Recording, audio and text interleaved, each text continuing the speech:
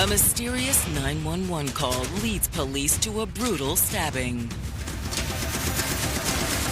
When she called 911, all she said was, emergency at El Balcón, and hung up the phone.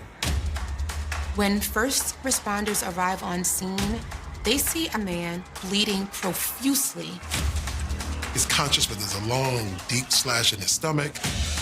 They're able to load him into the ambulance and rush him to the hospital. The investigation soon uncovers a romance riddled with secrets. ¿Sabe cuando uno se enamora, se pone ciego? Everyone knows she was robbing him blind. She lied about a lot of things. Él empezó a sospechar que ella tenía otra persona. I'll tell you everything. But even when truth prevails, justice is no guarantee. This has been weighing down on his conscience. He tells me we're gonna take this money and we're gonna leave. Detectives find out that he has actually fled overseas. There was no extradition possible. Was there justice? Absolutely not. March 3rd, 2008. It's early Monday morning in West New York, New Jersey, a nightlife hub just across the river from Manhattan, where local restaurant staffs are still cleaning up. West New York has always had a good nightlife, good spots to eat, drink, and dance. It's primarily a Latino community, and it's a small town feel in an urban setting. But then at 3 a.m., a call comes into 911 from one of the neighborhood's hotspots, El Balcón. A woman called in frantic. She tells the operator it's an emergency here and then abruptly hangs up. Racing to the restaurant, first responders have no idea what they might find.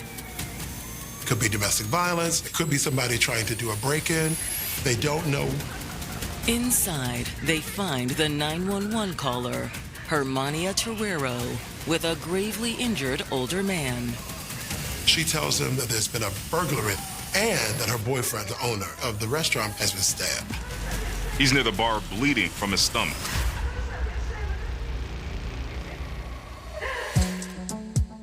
When Araceli Lopez entered a room, everyone noticed.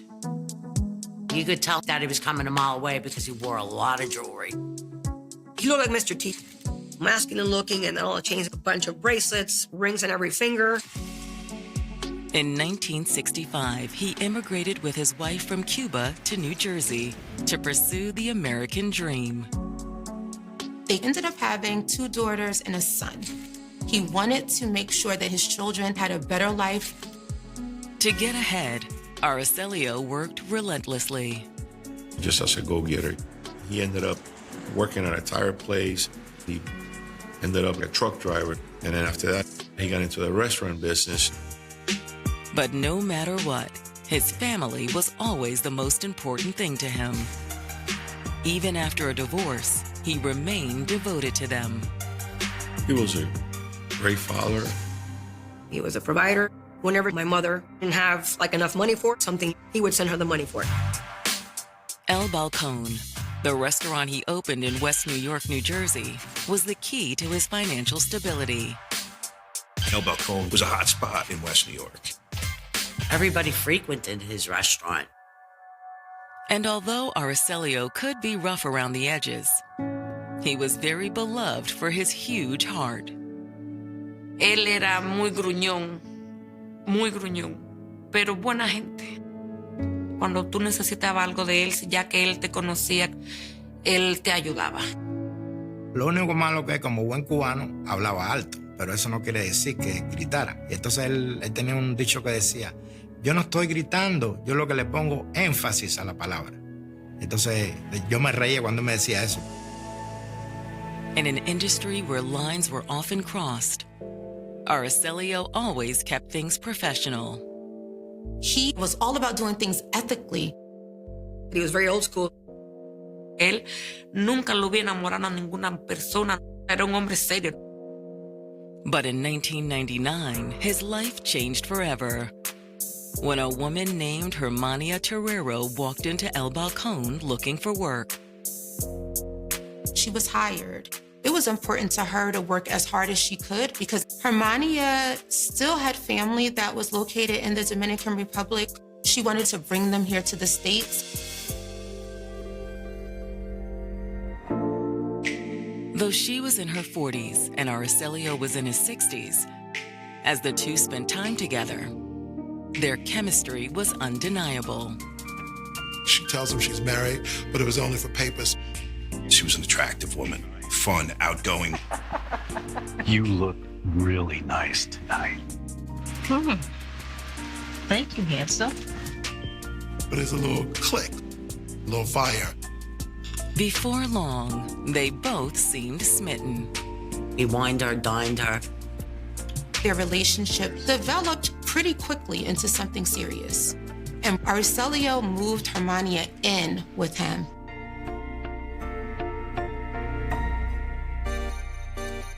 He also gave her more responsibility at work. She went from just employee to actually managing the entire upstairs portion of the restaurant. And to Araceli, her family was his family. He brought Hermania's daughters from the DR here to the U.S. He also set them up in an apartment within the building that he resided in with her mother. He also helped out her extended family, still in the DR. He invested in a restaurant in the Dominican Republic that her family ran. Already united as one, Hermania and Araceli were taking steps to make things official. Hermania ended up divorcing the man that she was married to just for convenience. And to show that their relationship was locked in, he actually amended his will. In the will, he left the restaurant to Hermania. They were future focused and really developing and building a permanent life together. Only now, their bright future seems in jeopardy. There was a 911 call that came from the restaurant. When first responders arrive on scene, they see Araceli and he is bleeding profusely. Araceli's conscious, but there's a long, deep slash in his stomach. But as paramedics rush him to the ambulance, Araceli manages to give key information about the assailants. Araceli says the restaurant was robbed by two men and that he'd actually seen them around the neighborhood before.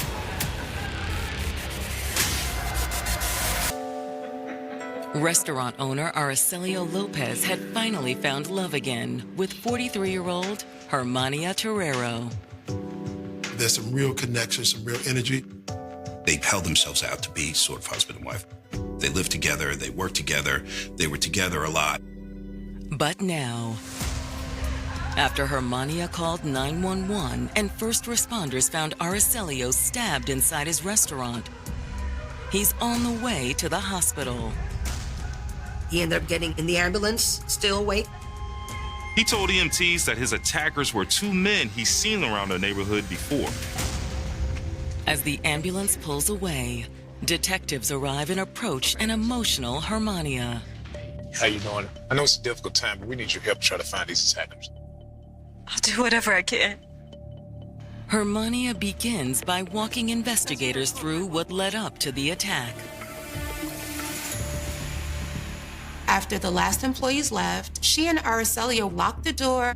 She was having a drink at the bar while Araceli did some final closing acts. Then Araceli went to the back in order to heat up some soup so they could have a late dinner. She says it was then that two men suddenly emerged from upstairs. What are you doing? Shut up! Get off of me! Hermania says she was shocked. Both of the assailants were black men. They were over 6 feet tall, and one had a knife while the other assailant had a machete. They must have been upstairs hiding. She says she didn't even have time to think before they began making demands. They spoke perfect English without an accent. and they demand that she gives them all the money out of the register. According to Hermania, it was at that moment that Araceli came out of the kitchen, surprising the assailants. They grabbed him immediately. They throw him to the ground violently. Stop! She describes being held off by the assailant with the machete, while the one with the knife attacked Araceli. He eventually stabs him in the stomach. Then, she says the assailants fled, taking the stolen items with them. They take all the jewelry that Araceli was wearing, including a Rolex watch and a bag of money. As soon as the doors shut, Hermania says she rushed to Aracelio's side. She was able to help him get into the chair. That's when I called 911. Have you seen these assailants before? In a neighborhood or even in the restaurant? No, officer. As for who would want to hurt Araceli, Hermania isn't sure.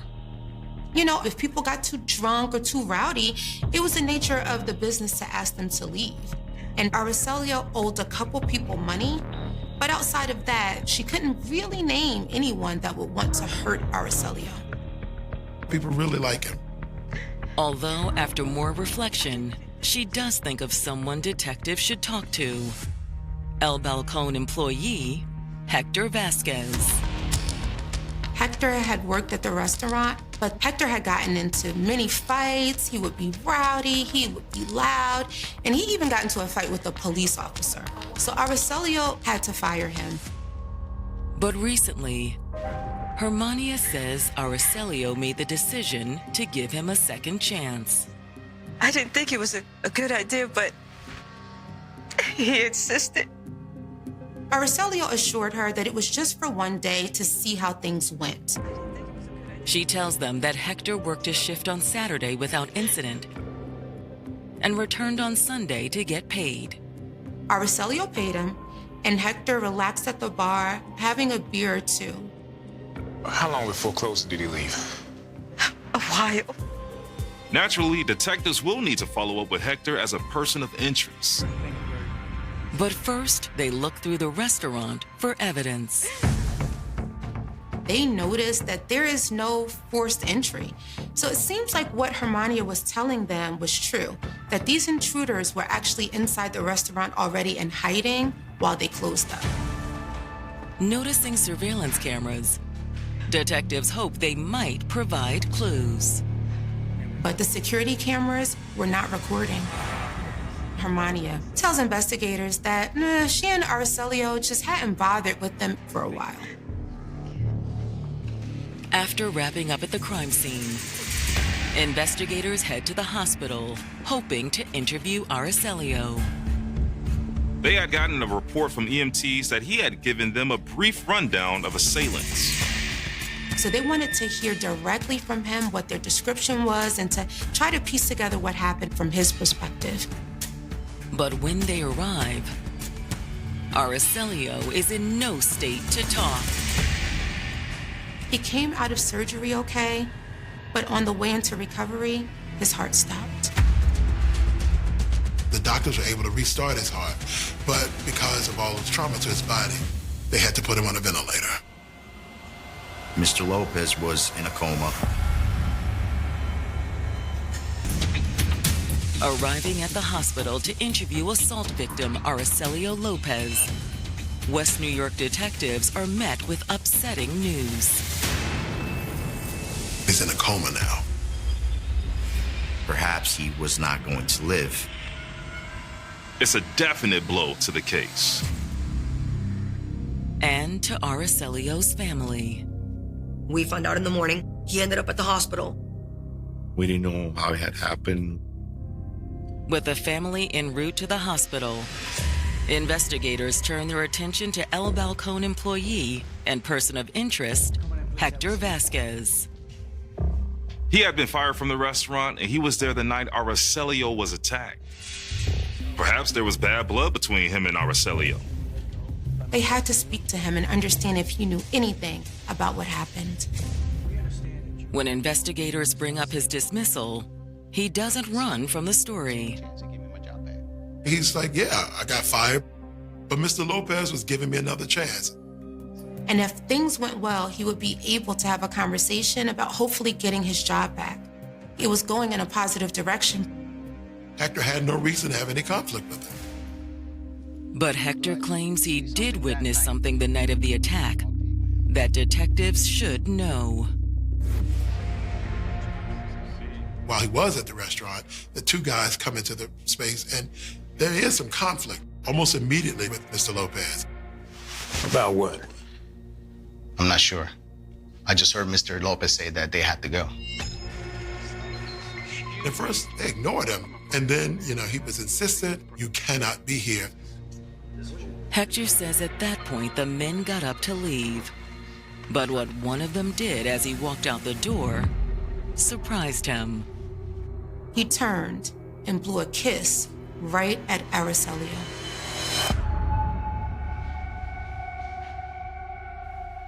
It really seemed like a threat. Anybody that knows some old mafioso knows about the kiss of death. Detectives need to know if the men Hector saw that evening match the description of the assailants that Hermania gave them. He describes two guys, barely 5'10". One man was darker skinned, and the other man was lighter skinned. And he was pretty sure that the two men were Mexican. Detectives aren't sure what to make of Hector's descriptions. They don't match the descriptions they've been given. Detectives were wondering if Hector was trying to throw them off with this description. Maybe he was involved and wanted to divert attention. Reaching out to other employees, detectives attempt to corroborate what Hector told them. We gathered witnesses. They all said that the description that Hector gave was accurate. Perhaps it was just a coincidence that these men threatened Araceli that night, then later, a different pair of men, the men Ms. Terrero described, came in and perpetrated their attack. According to employees, someone may have been out to get Araceli, because he had also been the victim of two other recent robberies. The year before this happened, someone robbed him at the restaurant. And about a month before, somebody had broken into his apartment, which was very near the restaurant. When investigators pull the police reports on these crimes, both suggest they were inside jobs. The first robbery at the restaurant, they broke into his office. He had several frames on the walls. Only one frame was removed, and that's where the safe was. Who would know that? The robbery at Araceli's apartment looked like more of the same. They took like $30K in jewelry. There was no sign of forced entry. So obviously a key was used. And nothing in the whole apartment was turned over. They went straight to where it was, so somebody knew where it was. Police are starting to suspect that these crimes were no coincidence. Maybe what happened at the restaurant is connected to the robbery at the residence. When investigators finally get the chance to sit down with Araceli's daughter, Belkis Orozco Lopez, she doesn't know who committed the robberies, but she does know why her father owed people money. For some reason, the landlord of the restaurant did not collect rent on a regular basis. He would collect it every few months, sometimes several months at a time. So Araceli kept large sums of cash in this safe. When the safe was actually robbed, all the money was taken out.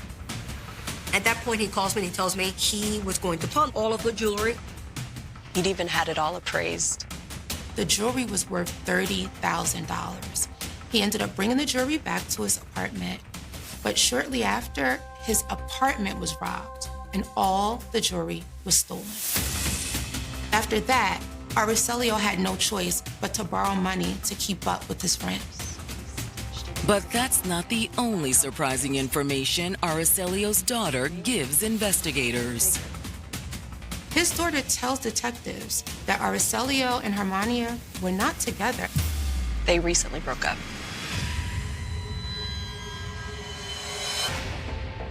When Araceli Lopez's daughter, Belkis, speaks with West New York police, she reveals that her father and Hermania Terrero were no longer a couple. They broke up recently. Which raises investigators' suspicions about her possible involvement in the attack. She becomes a person of interest. Belkis says that she barely knew Hermania, but her sister, who worked at the restaurant, got to know her well. My sister started working at the restaurant, and they became friends, but she had no idea that they were going out. But Belkis says their friendship didn't last long. She wanted more control of the restaurant, but my sister's very strong-willed like my father. Hey, babe. I think we need to expand the menu. Why would you do that, Dad? Business is going great already. I might be open to it. By then, Belkis says her sister had discovered the relationship between her father and Hermania, but chose not to interfere. There's not really much you could do about it. But Belkis says Hermania didn't have the same hands-off approach.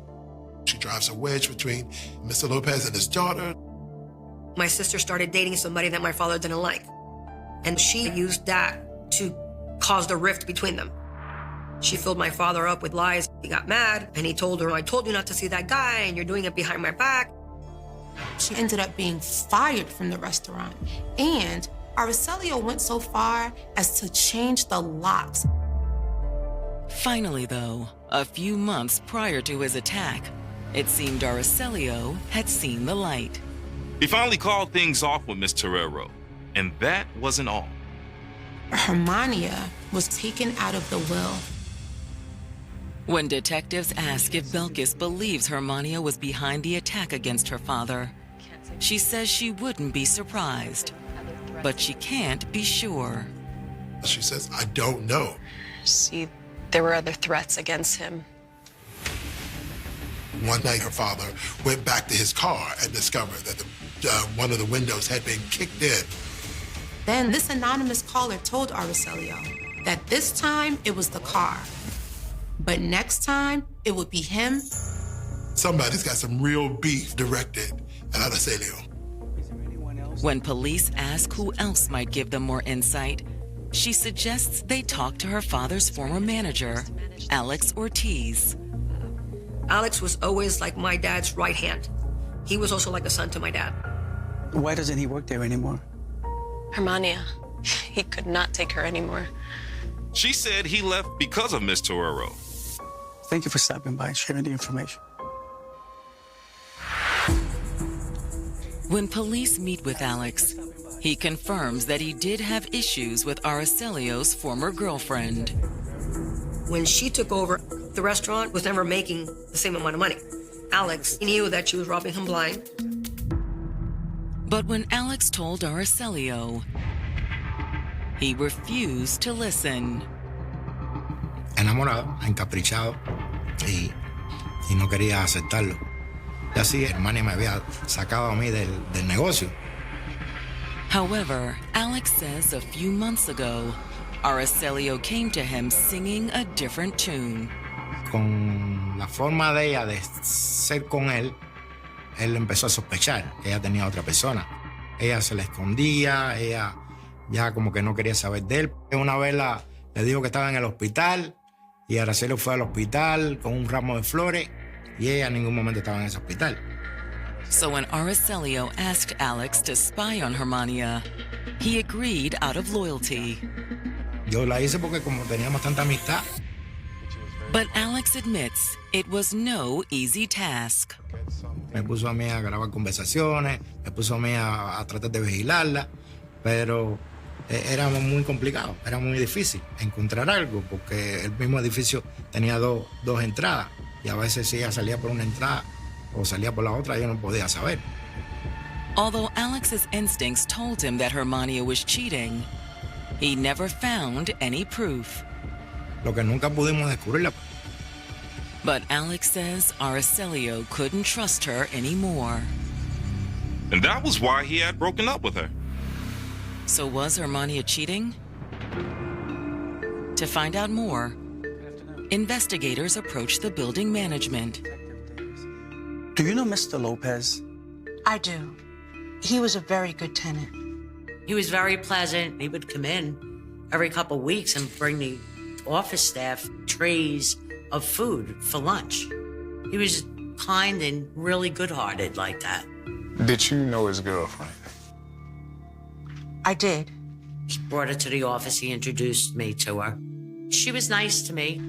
I also helped him get an apartment for her daughters here in the building. They were very, very young, late teens, early 20s. And he wanted the daughters to stay close to their mother, so I gave him another apartment. When investigators ask if Hermania might have been cheating on Araceli, she says it was possible. From what I witnessed, he was very nice to her, but it just didn't feel right to me. She was so much younger than he was, and I just felt like he was a sugar daddy for her. And though she hadn't seen it herself, some people on her staff had witnessed her leaving the building several times with the same mystery person. They did observe her get into a white luxury car. But the building manager also tells police that she suspected Hermania of something far worse. Did you gentlemen happen to hear about the recent robbery in Mr. Lopez's apartment? Actually, we did. I had my suspicions that somehow, some way, she could have possibly been involved.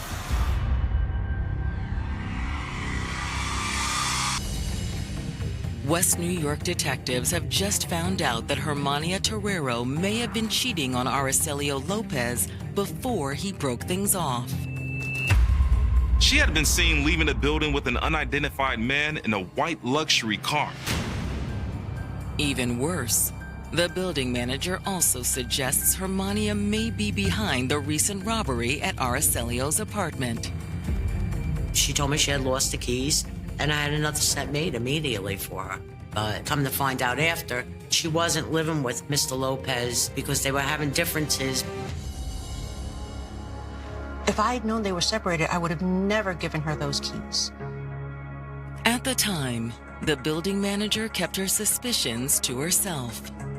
I didn't want to accuse her. Now, with everything that's happened, I really thought you guys should know. Thank you. With suspicion swirling around Hermania, investigators pull her phone records from the days leading up to the attack. The day of the robbery, she made a number of calls to two numbers. Investigators learn that one of the numbers is registered to Robert Santana, and the other number is registered to Christian Molina. When investigators try to locate Christian Molina, he's in the wind. He is nowhere to be found. But when they visit the address listed for Robert Santana, they have better luck. A young gentleman comes out. I had asked to speak to Mr. Santana, but we were informed he had left for Florida. But the man who was Robert's brother-in-law was able to get an address for them. Before leaving, detectives ask one more critical question. I said, do you know if Robert Santana hangs out with someone that drives a white luxury car? Yeah, he had a friend who drove one. You wouldn't happen to have a picture of that person, would you? He says, actually, I do. The picture just so happens to be of Christian Molina. Now detectives are sure that they know the two men that killed Araceli. And if that's true, it also means Hermania had purposely deceived police. Hermania said that both of the assailants were black men, that they were over 6 feet tall. But why would she have lied? Because they got this big unknown, they focus on finding Robert and Christian. Investigators collaborate with the Tampa Police Department, asking them to locate Robert Santana. And for Christian, they reach out to the U.S. Marshals for help. In the meantime, the case takes a tragic turn. When 2 weeks came up, The doctor pretty much told us he's been brain dead. Now, the family is forced to make a heartbreaking decision. They make the choice to take him off of life support. With Araceli deceased, detectives now face a homicide investigation. He would not have been put in that situation if it weren't for the assault that had occurred. But there is some good news. Florida police have apprehended Robert Santana. We met with Tampa detectives, and we used their facilities to conduct the investigations of Mr. Robert Santana. And when they confront him about his role in Araceli Lopez's murder, the floodgates open. This has been weighing down on his conscience. I'll tell you everything. Robert tells detectives that Christian had been pressuring him to pull off a robbery at El Balcón for over a year. He initially wanted nothing to do with that, but Christian told Robert they would leave with a big score. He tells me he has a connect on the inside. She was totally in on it. She would make sure that they would be able to get in and out quickly. Eventually, Robert came to realize that this could be a quick solution to his problems. He was going through financial hardships. He told Christian he was only in on one condition. He would only do it if Christian would promise that nobody would get hurt. He tells me, "You're good, man." So early in the morning on March 3rd, he and Christian headed to the restaurant. The plan was the front door would be open and nobody was in the establishment except for Ms. Terrero and the victim, Mr. Araceli Lopez. Then all they had to do was wait for her signal. It's time. But Robert says that nothing went as planned. They walk into the front door as Araceli is coming out of the kitchen. Christian Molina immediately begins to assault him. Hermania made a fake, half-hearted attempt to intervene. But Robert, horrified by Christian's actions, does try to stop the attack. Yo, what the hell? Touch me again, and you're next. But Christian turned around with the knife. That's when he lunged the knife into Araceli. Robert says it was his worst nightmare come true. At this point, he runs out of the restaurant. Robert says moments later, Christian came outside and the men fled the scene. What time was this? It was like 2:30 or so. And it was about 20 minutes later that Hermania called 911. Robert's statement gives investigators more than enough probable cause to arrest Hermania Terrero in the death of Araceli Lopez. She was the driving force.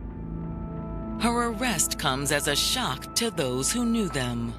En mi cabeza no cabe de que ella haya querido que lo mataran con lo bueno que él había sido con ella durante todos esos años que ellos estuvieron. Eventually, federal marshals locate Christian Molina, but he remains out of reach. Christian got out of the country, ultimately to Venezuela. But Venezuela doesn't do extradition. Prosecutors will need to get creative if they want to win this case. Though killer Christian Molina is still on the run, investigators are moving forward in their felony murder case against Hermania Terrero. But proving her guilt won't be easy. We had to prove that she was part of the planning of the robbery. And now she knew that there was a likelihood that Christian Molina was going to harm Araceli Lopez. To get a conviction, investigators believe they need Robert Santana's testimony. We were forced to make a deal. The prosecution decides to reduce his charges from murder to robbery. And Robert Santana agrees to testify. When Hermania's trial opens in March 2011, it's emotional for Aracelio's family. It was definitely difficult to see them during the trial. There were a lot of tears. In their opening statements, prosecutors portray Hermania as a woman driven by lust and greed. There's a breakup. Her money source is gone now. She's going to lose everything. She wanted his assets and to substitute Christian Molina for Araceli Lopez and move forward in the little life that they had created. Together, she and Christian hatched a plan to rob El Balcón. Then Christian recruited Robert Santana as his accomplice.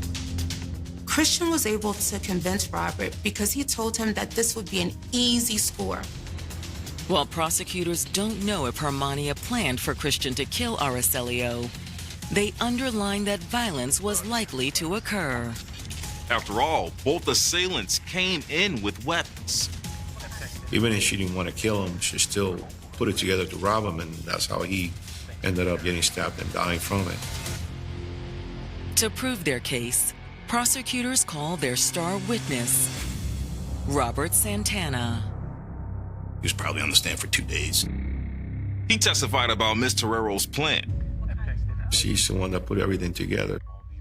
She made sure that she and Araceli were alone in the restaurant. Then she called to tell them when to enter the restaurant, which was backed up by phone records. And Robert Santana's background made him more believable. He did not have an extensive criminal record.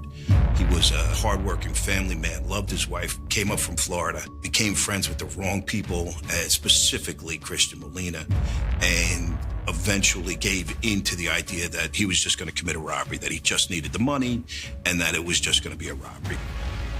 When it's the defense's turn, they don't deny Hermania was involved in the robbery. But they insist there was only one person responsible for Aracelio's murder. Christian Molina. She said she didn't know Christian was going to stab Mr. Lopez, and she was shocked and appalled and called him evil, that he was motivated by jealousy, suggesting that being in his restaurant, seeing that he owned this building, triggered something in Christian that made him snap. And Hermania's attorneys portray Robert Santana as an opportunist. They say the only reason Robert is trying to implicate her is so that he isn't implicated in murder. But who will the jury believe? I was worried about the jury the entire time. They wouldn't even look at me. You never know for certain whether you have a jury or not. But on April 7th, 2011, when the verdict returns, the prosecution triumphs. She's found guilty of felony murder. Felony murder carries the same penalties as murder. So yeah, she received 30 years.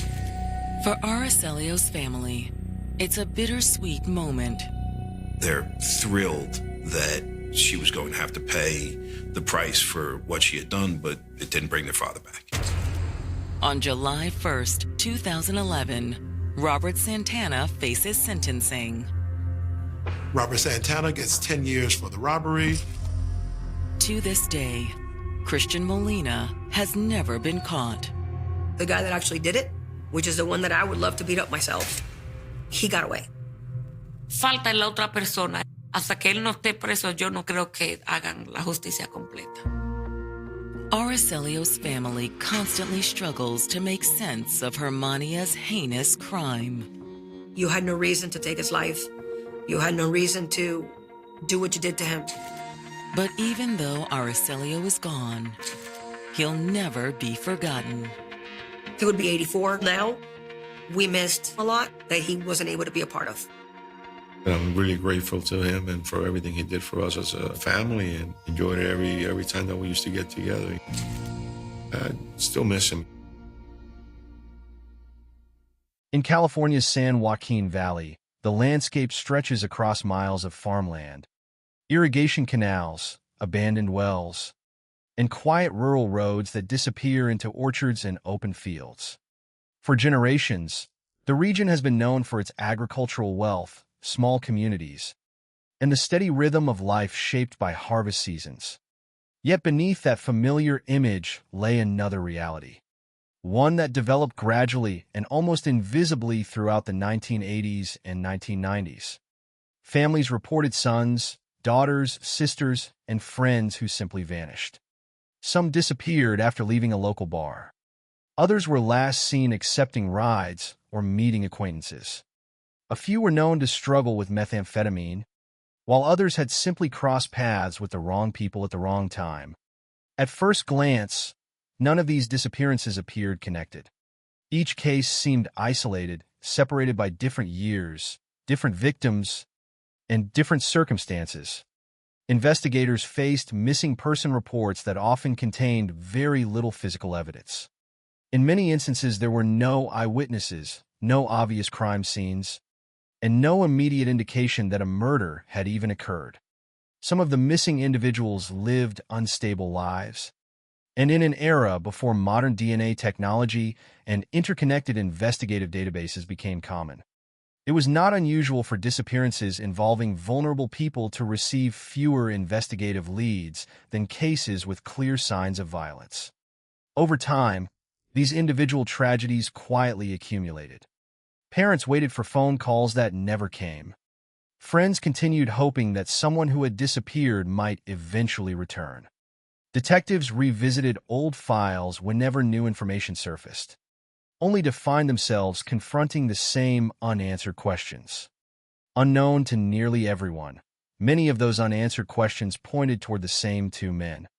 Years later, newspapers and television stations would give them a name that reflected both their severe addiction to methamphetamine and the brutality of the crimes attributed to them. They became known as the Speed Freak Killers. The nickname was memorable, but it also risked simplifying a far more disturbing reality. The true story was not simply about two men addicted to drugs. It was about a community that unknowingly lived alongside violence for nearly 15 years, about families forced to endure decades without answers, and about an investigation that slowly revealed how numerous disappearances once believed to be unrelated may have formed part of a much larger pattern. Wesley Howard Shermatine Jr. and Loren Joseph Herzog grew up in the small town of Linden, California. Friends since childhood, they shared similar interests, spent years hunting together, and eventually became deeply involved with methamphetamine. Investigators would later conclude that together they operated across rural parts of California. Between 1984 and 1998, they did not focus on a single type of victim. Instead, according to the evidence gathered over years of investigation, they targeted young women, people struggling with drug addiction, hitchhikers, isolated individuals, and, at times, seemingly anyone unfortunate enough to encounter them under the right circumstances. Their methods varied. Some victims were shot. Others were sexually assaulted before being killed. Some were stabbed or had their throats cut. Bodies were concealed in abandoned mine shafts, remote fields, wells, or other isolated locations where discovery might take years or never occur at all. According to statements later attributed to Herzog, Shermatine treated killing as though it were hunting, describing it as something done for excitement rather than necessity. Those statements would become an important part of the public understanding of the case. Although Herzog's own legal proceedings would later raise significant questions regarding portions of his confession and the methods used during interrogation. Even today, the exact extent of each man's responsibility for every suspected victim remains the subject of careful legal and investigative distinction.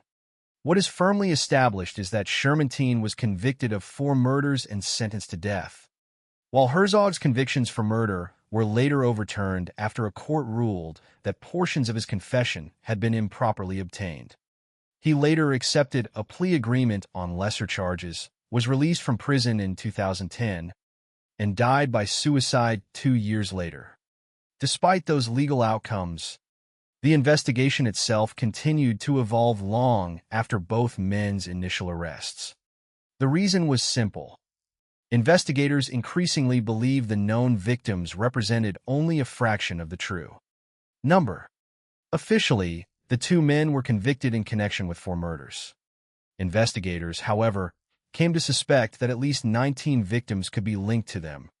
Shermatine himself would later boast of killing as many as 72 people. a claim that has never been verified and is not accepted as established fact by investigators. The uncertainty surrounding the total number of victims remains one of the most haunting aspects of the case.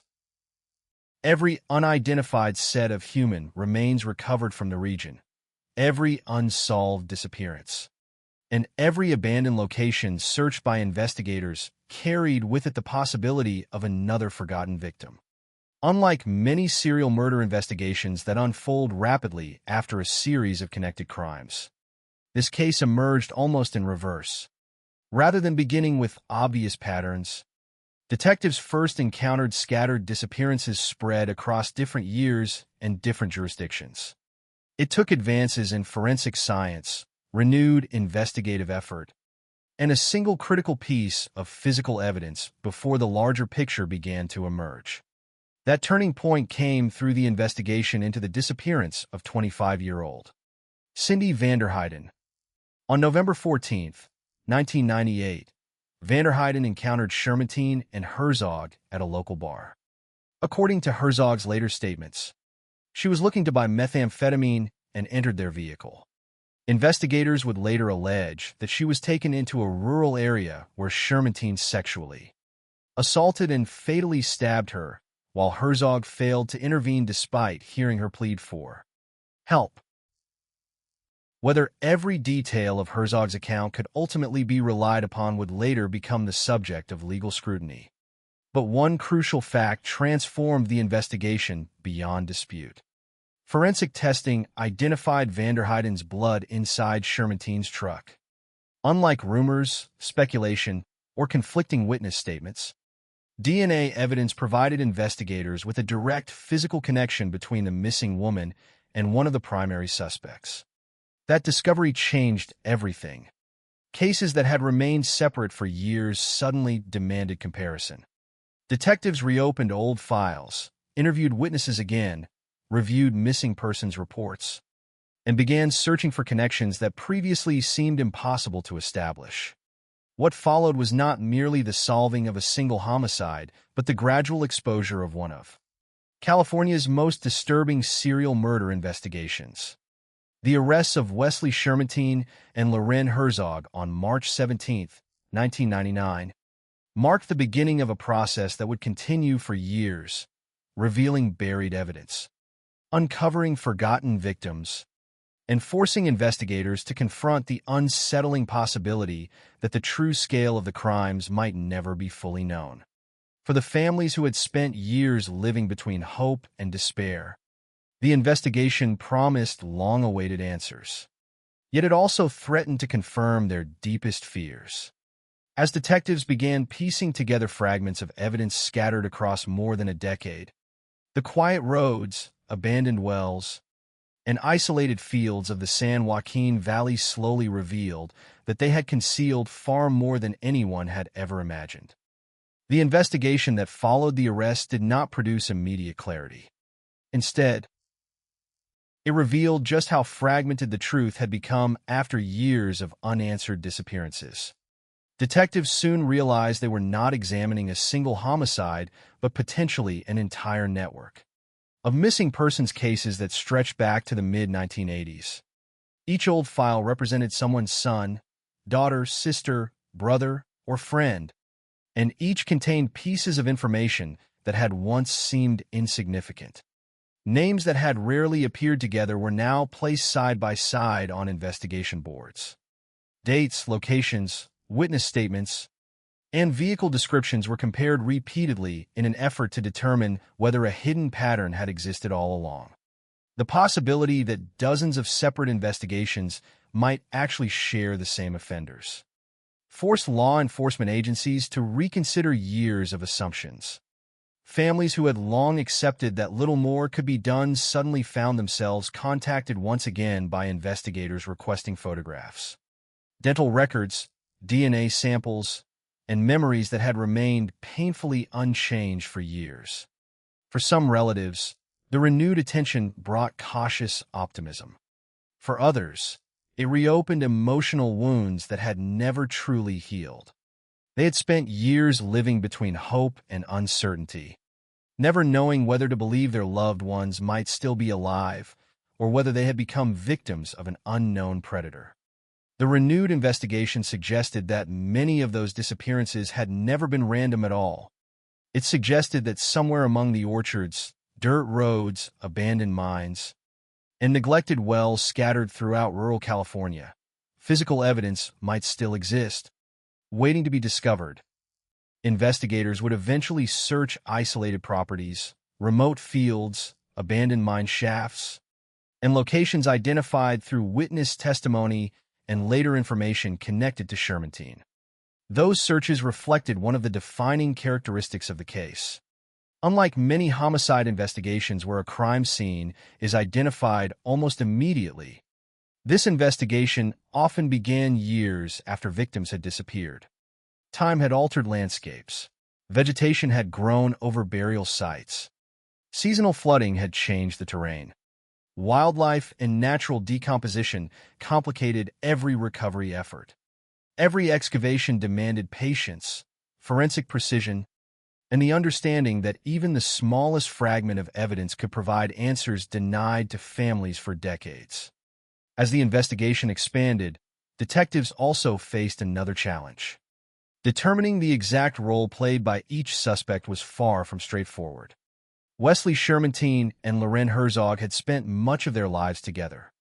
They hunted together, used methamphetamine together, traveled together, and were frequently seen in one another's company. Yet the available evidence did not always clearly establish which man had committed each individual act. According to Herzog's later statements, Shermantine was usually the one who carried out the killings directly, while Herzog portrayed himself primarily as a witness or reluctant participant. Investigators, however, did not simply accept that characterization at face value. Evidence suggested that Herzog had participated in aspects of several crimes, including helping dispose of bodies and concealing evidence. Even so, the precise extent of his involvement in every suspected homicide remained difficult to establish. Those distinctions would later become central during court proceedings and appeals, illustrating how complex criminal responsibility can become when crimes are committed by longtime accomplices whose accounts often seek to minimize their own actions. Long before the public knew the names Wesley Shermantine and Loren Herzog, residents of Linden, Stockton, and surrounding communities had quietly shared stories about unexplained disappearances and unsettling rumors. Some remembered hearing that Shermantine occasionally boasted about violence or claimed to have made people disappear, comments many dismissed as drug-induced exaggeration or attempts to intimidate others. At the time, few imagined those remarks might have reflected actual crimes. In communities where methamphetamine addiction had become increasingly common, exaggerated stories, threats, and erratic behavior were unfortunately not unusual. Distinguishing empty boasts from genuine confessions proved nearly impossible without supporting evidence. Only after investigators began assembling physical evidence did some of those earlier statements acquire new significance. Even then, detectives remained careful to separate rumor from verifiable fact, relying on forensic findings and corroborated testimony rather than speculation. That disciplined approach became especially important because the case quickly attracted widespread media attention. Headlines focused on the possibility that the two men were responsible for far more victims than prosecutors could legally prove.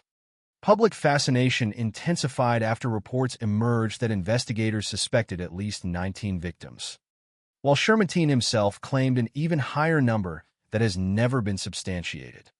Such extraordinary claims inevitably generated sensational coverage. Yet investigators repeatedly emphasized the difference between suspicion, confession, and proof. In criminal investigations, establishing legal responsibility requires evidence capable of withstanding judicial scrutiny, not simply dramatic assertions. That distinction remained one of the defining features of the Speed Freak Killers investigation. Some victims could be conclusively linked through DNA, physical evidence, witness testimony, or recovered remains. Others remained possible victims whose disappearances fit broader patterns but lacked sufficient evidence for formal charges. This uncertainty ensured that even after arrests had been made, the investigation remained incomplete. It would continue evolving for years, uncovering new evidence, locating additional human remains, and raising difficult questions that, in some cases, still have no definitive answers.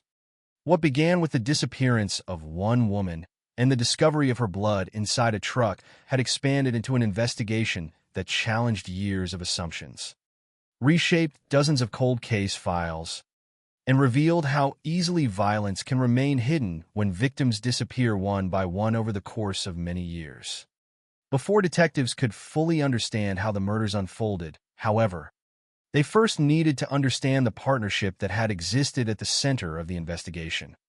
The story of the Speed Freak killers did not begin with an arrest or a forensic breakthrough. It began decades earlier in the small farming community of Linden, where two boys growing up on the same streets formed a friendship that would eventually become one of the darkest criminal partnerships in California's history. Before investigators reconstructed the timeline of the murders, they first examined the lives of the two men whose names had become permanently linked to so many disappearances. Their backgrounds did not provide simple explanations for the crimes, nor did they excuse them. Instead, they helped investigators understand how a partnership that began in childhood evolved into one of the most disturbing criminal investigations in California. Wesley Howard Shermatine Jr. was born on February 24, 1966, and grew up in Linden, a quiet agricultural community east of Stockton. Unlike many violent offenders whose early lives are marked by poverty or constant instability, Shermatine came from a relatively comfortable family.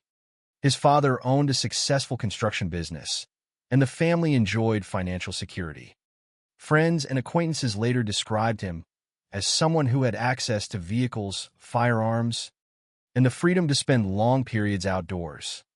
Hunting became one of his earliest interests, and he developed considerable skill with rifles and shotguns while exploring the rural land surrounding Linden. The open countryside that attracted hunters for recreation would later become tragically significant during the investigation, as many remote locations proved capable of concealing evidence for years. Those who knew Shermatine during his youth often remembered his temper before they remembered anything else. Former classmates described him as aggressive, quick to intimidate others, and prone to bullying. Such recollections would only gain public attention after his arrest, when communities naturally searched their memories for warning signs that might have gone unnoticed. Investigators treated these accounts cautiously, recognizing that memories can change after notorious crimes become public knowledge. Nevertheless, multiple acquaintances consistently described him as someone who enjoyed dominating others and who rarely appeared concerned about the consequences of threatening behavior. As he entered adulthood, another element increasingly shaped his life: methamphetamine. By the late 1980s and throughout the 1990s, methamphetamine had spread through many rural communities in California, affecting individuals from a wide range of backgrounds. Shermatine became deeply involved in that environment, associating with users and dealers while maintaining a reputation for carrying firearms and knives. Several people later reported hearing him boast that he had made people disappear. At the time, those comments were largely dismissed as the exaggerated talk of someone heavily involved with drugs. Only years later, after investigators connected him to multiple murders, did those statements take on a far more chilling significance. Yet even then, detectives distinguished carefully between verified evidence and stories remembered years after the fact. Beside Shermatine stood Loren Joseph Herzog, born on December 8, 1965. The two boys grew up in the same neighborhood and developed a friendship that endured for decades. They hunted together, socialized together, and eventually shared the same destructive addiction to methamphetamine. Unlike Shermatine, Herzog was generally described as quieter and less confrontational. People who knew both men often portrayed Shermantine as the dominant personality while Herzog appeared more passive. Such personality differences, however, did not remove Herzog from the investigation. Evidence and later statements indicated that he had participated in aspects of several crimes and helped conceal what had happened afterward. Determining precisely where one man's responsibility ended and the other's began became one of the most difficult questions faced by investigators and prosecutors. Herzog himself later claimed that Shermantine committed most of the actual killings while he witnessed events or assisted afterward. Courts would later examine those claims alongside the circumstances under which portions of Herzog's confession had been obtained, eventually ruling that significant parts of those statements could not be used because they had been collected improperly. That legal decision dramatically altered Herzog's case, but it did not erase the broader investigation or the evidence gathered independently of his interrogation. By the time authorities began fully investigating the pair, years had already passed since the earliest confirmed murders. Every additional month had given nature more opportunity to erase evidence. Rural landscapes changed with the seasons. Dirt roads were rebuilt, vegetation spread across isolated properties, and abandoned wells continued collecting debris. Investigators understood that recovering physical evidence from crimes committed years earlier would require persistence as much as scientific expertise. Each search represented not only an attempt to build criminal cases, but also an effort to provide long-awaited answers to families who had spent years without knowing what had happened to the people they loved. Those answers would not come quickly. They would emerge piece by piece through forensic evidence, witness testimony, painstaking searches, and the gradual reconstruction of events that had remained hidden across the San Joaquin Valley for nearly 15 years. The first confirmed murders would demonstrate just how random the violence could be, setting the stage for a pattern of crimes that investigators believe continued for more than a decade before finally being uncovered. Before the names Chevelle Wheeler or Cindy Vanderheiden became central to the investigation, there were two other victims whose deaths would later be recognized as the earliest confirmed murders connected to Wesley Shermantine. In November 1984, 31-year-old Paul Kavanaugh and 35-year-old Howard King were together inside a vehicle near Stockton, California. According to the evidence presented years later, Shermantine approached the vehicle and opened fire, striking both men multiple times. The attack was sudden, offering the victims little or no opportunity to defend themselves. After the shooting, approximately $11 was taken from their pockets. The amount was so small that investigators found it difficult to identify robbery as a convincing motive. Later statements attributed to Loren Herzog suggested that the killings had not been driven by financial gain, but by Shermantine's willingness to use violence without meaningful provocation. If those statements accurately reflected what had happened, they painted a disturbing picture of a man who viewed human life as having almost no value. Yet at the time of the murders, investigators had no reason to suspect that these two deaths were the beginning of a much larger pattern. Like many homicide investigations in rural areas, detectives focused on the immediate evidence available to them, searching for witnesses, examining the crime scene, and considering possible motives. Without clear links to future disappearances or additional forensic evidence connecting Shermantine to multiple victims, the broader significance of the case remained hidden. Years would pass before those murders were fully understood within the context of the larger investigation. That delay illustrates one of the greatest challenges faced by homicide detectives investigating serial offenders whose crimes are separated by long periods of time and different methods. Unlike offenders who repeat nearly identical patterns, Shermantine and Herzog were believed to have targeted different kinds of victims using different forms of violence. Some victims were reportedly shot, others stabbed, others sexually assaulted before being killed. And investigators believed bodies had been concealed in a variety of remote locations, including abandoned mine shafts, isolated fields, and wells. Such variation complicated efforts to recognize a single offender or partnership operating across multiple jurisdictions. Instead of leaving behind one unmistakable signature, the crimes appeared disconnected, allowing years to pass before investigators could begin assembling them into a coherent timeline.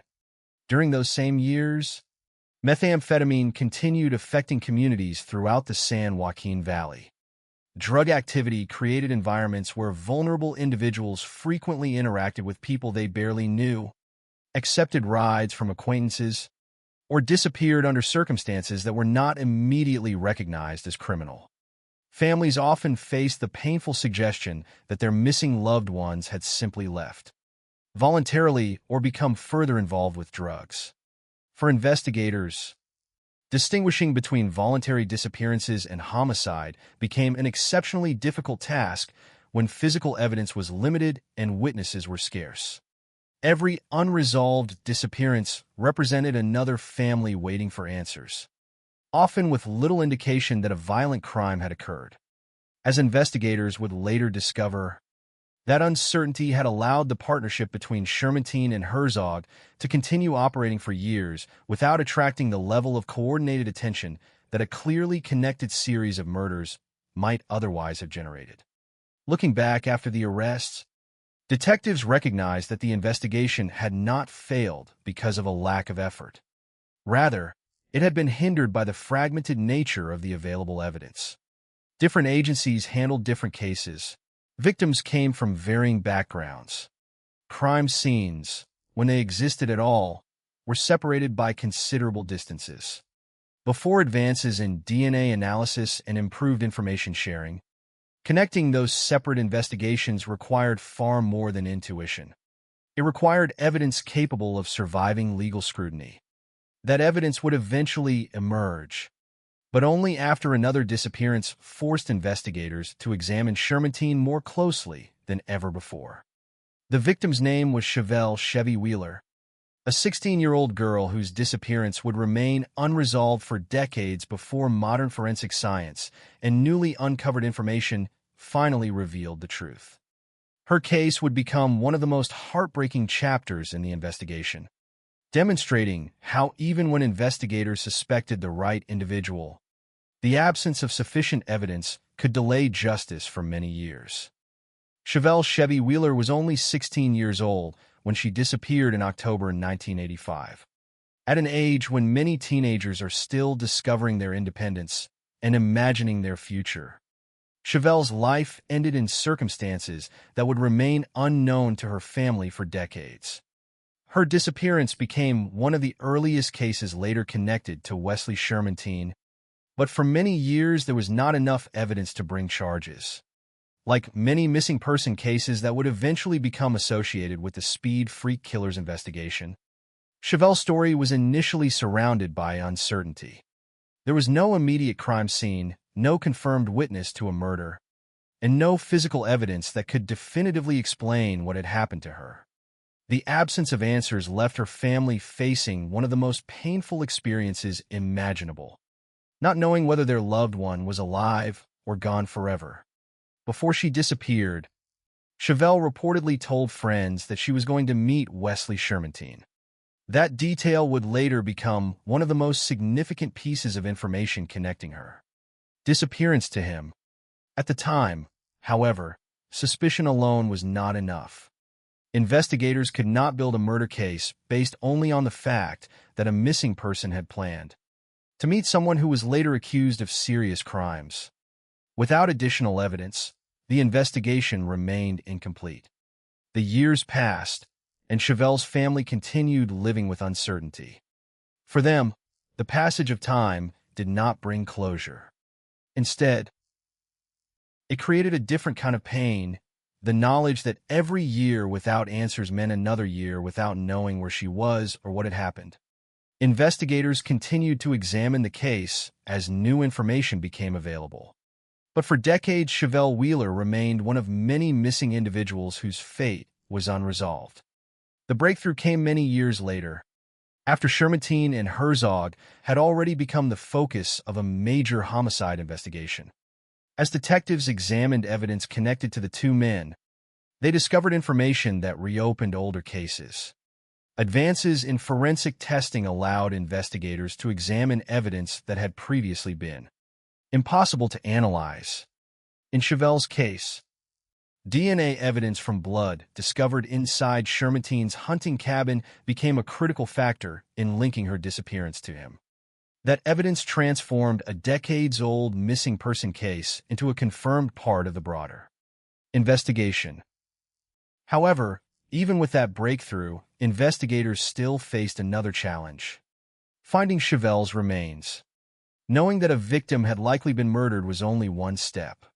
For families, the location of a burial site represented the possibility of finally bringing their loved one home and providing a place to mourn.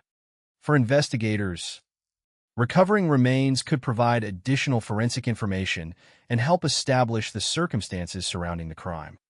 In 2012, Shermatine provided information about possible burial locations. He supplied a map indicating areas where victims might have been concealed. Investigators followed those leads and conducted searches in remote locations around the San Joaquin County area. During those searches, the remains of Chevelle Wheeler were discovered, finally providing her family with answers after nearly 3 decades of uncertainty. The discovery was both a moment of resolution and a painful confirmation. The hope that had remained alive for years, that perhaps Chevelle had somehow survived, was replaced by the devastating reality that she had been a victim of murder. Her case demonstrated the human cost behind the statistics often associated with serial murder. Investigations. Numbers such as 4 confirmed murders, 19 suspected victims, or dozens of alleged victims can sometimes make a case feel distant and abstract. But every number represents a person whose life had meaning, a family that suffered loss, and unanswered questions that remained for years. Chevelle was not simply one name in an investigation. She was a 16-year-old whose disappearance changed the lives of the people who loved her. The discovery of her remains also strengthened investigators' belief that the known murders connected to Shermatine and Herzog represented only part of a much larger pattern. If a young woman who disappeared in 1985 could remain hidden for decades before being found, investigators understood that other victims might still be waiting to be identified. The rural landscape around Linden and Stockton contained countless locations where evidence could remain concealed. Abandoned properties, remote fields, wells, and former mining areas all became potential locations of interest. Each search carried the possibility of recovering another victim, but it also carried the weight of uncertainty. Investigators knew that not every disappearance could be solved and not every set of remains could necessarily be identified. Chevelle Wheeler's case became one of the clearest examples of how the Speed Freak Killers investigation unfolded. A disappearance that seemed isolated, a suspect who was known but could not be charged, years of uncertainty, and finally the discovery of evidence that connected a missing teenager to a much larger criminal investigation. Yet even after Chevelle's remains were recovered, the central question remained unanswered. How many other victims were still hidden, and how many families were still waiting for the truth? That question would become even more urgent with the disappearance of another young woman whose case ultimately exposed the full scale of the crimes, Cindy Vanderheiden. Her disappearance in 1998 would become the turning point that brought investigators directly to Shermatine and Herzog and revealed the disturbing possibility that the two men had been responsible for a series of killings spanning nearly 15 years. On November 14, 1998, 25-year-old Cindy Vanderheiden disappeared. At the time, no one could have known that her case would become the event that finally connected years of unanswered questions and led investigators to Wesley Shermatine and Loren Herzog. Unlike some earlier disappearances linked to the investigation, Cindy's case produced evidence that would eventually provide authorities with the critical breakthrough they had been searching for. Her disappearance would become the point where suspicion became something far more concrete, a physical connection between a missing person and a potential crime scene. Before that connection was discovered, Cindy was simply another young woman whose family was left with uncertainty. She had a life, relationships, and people who cared about her. When she vanished, those close to her were left trying to understand how someone could disappear without explanation. As investigators began looking into her last known movements, they learned that Cindy had been at a local bar where she encountered Wesley Shermantine and Loren Herzog. According to statements later provided by Herzog, Cindy was seeking to purchase methamphetamine and entered the vehicle belonging to the two men. From that point forward, investigators believed she was taken into circumstances from which she would never return. Herzog later described events that placed Shermantine at the center of the violence. According to his account, Shermantine sexually assaulted Cindy and then stabbed her multiple times. Herzog stated that during the attack, Cindy called out to him using his nickname, Slim, pleading for help. He acknowledged that he did not intervene. The details of Herzog's statements became a major part of the investigation, but they also became complicated by later legal challenges regarding how his confession had been obtained. Courts would eventually rule that portions of his statements could not be used because of problems with the interrogation process. However, investigators also had another form of evidence, one that did not depend solely on a suspect's words. That evidence came from Shermantine's vehicle. During the investigation, forensic testing revealed blood belonging to Cindy Vanderheiden inside Shermantine's truck. This discovery represented a dramatic shift. For years, investigators had faced missing persons cases filled with unanswered questions and limited physical evidence. Rumors, suspicions, and witness accounts could suggest possibilities, but they could not establish what had happened. DNA evidence changed that. It provided a direct physical connection between Cindy and one of the men investigators were examining. The discovery forced authorities to look beyond a single missing person case. If Shermantine was connected to Cindy's disappearance, investigators had to ask whether other unresolved disappearances in the region might also be connected to him and Herzog. Detectives began reviewing old files, comparing timelines, and examining whether patterns existed among victims who had previously been considered unrelated. The process required careful separation between confirmed evidence and speculation. Investigators knew that the existence of suspicious circumstances did not automatically prove a person was responsible for every unsolved disappearance. Each case required its own evidence, and each victim deserved more than being treated as simply part of a larger theory. Still, certain patterns began to emerge. Many of the people connected to the investigation had disappeared in rural areas or after interacting with individuals involved in drugs. Some were young women. Some were vulnerable because of difficult personal circumstances. Some were last seen with people who later became connected to Shermantine and Herzog. The discovery inside Shermantine's truck became the foundation for a much broader investigation. On March 17, 1999, authorities arrested both Wesley Shermantine and Loren Herzog. Their arrests marked the beginning of a new phase, one that would reveal the depth of the allegations against them and lead investigators toward locations where additional evidence might exist. During questioning, Herzog provided investigators with descriptions of multiple incidents and pointed toward Shermantine as the person who carried out many of the killings. He portrayed himself as someone who was present but not the primary aggressor. However, investigators examined his statements alongside other evidence and continued evaluating his own role in the crimes. The investigation was no longer focused only on proving what happened to Cindy Vanderheiden. It had expanded into an effort to determine whether the two men were connected to a much longer series of disappearances and murders. For the families of other missing people, the arrest brought a mixture of emotions. There was the possibility that answers might finally come, but there was also the fear that those answers would confirm the worst possibilities. Every new discovery carried both hope and pain.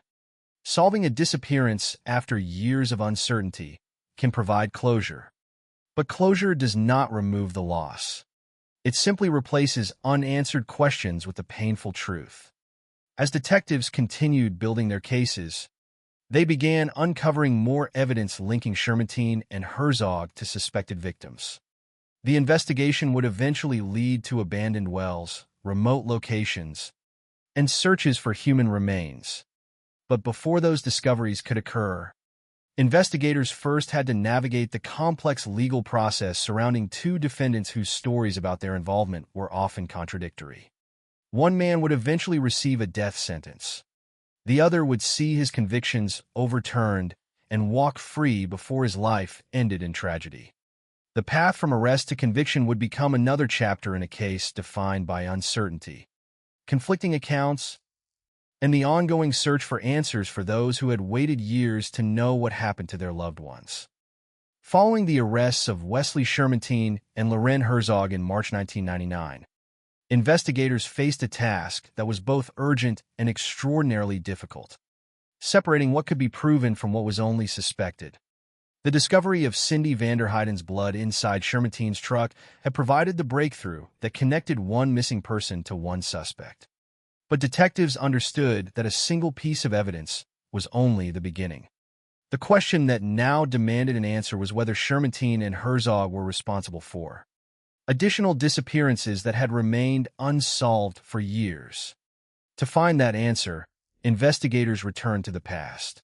They reviewed old missing person reports, re-examined previous interviews, and looked for connections that had not been visible when each case was investigated separately.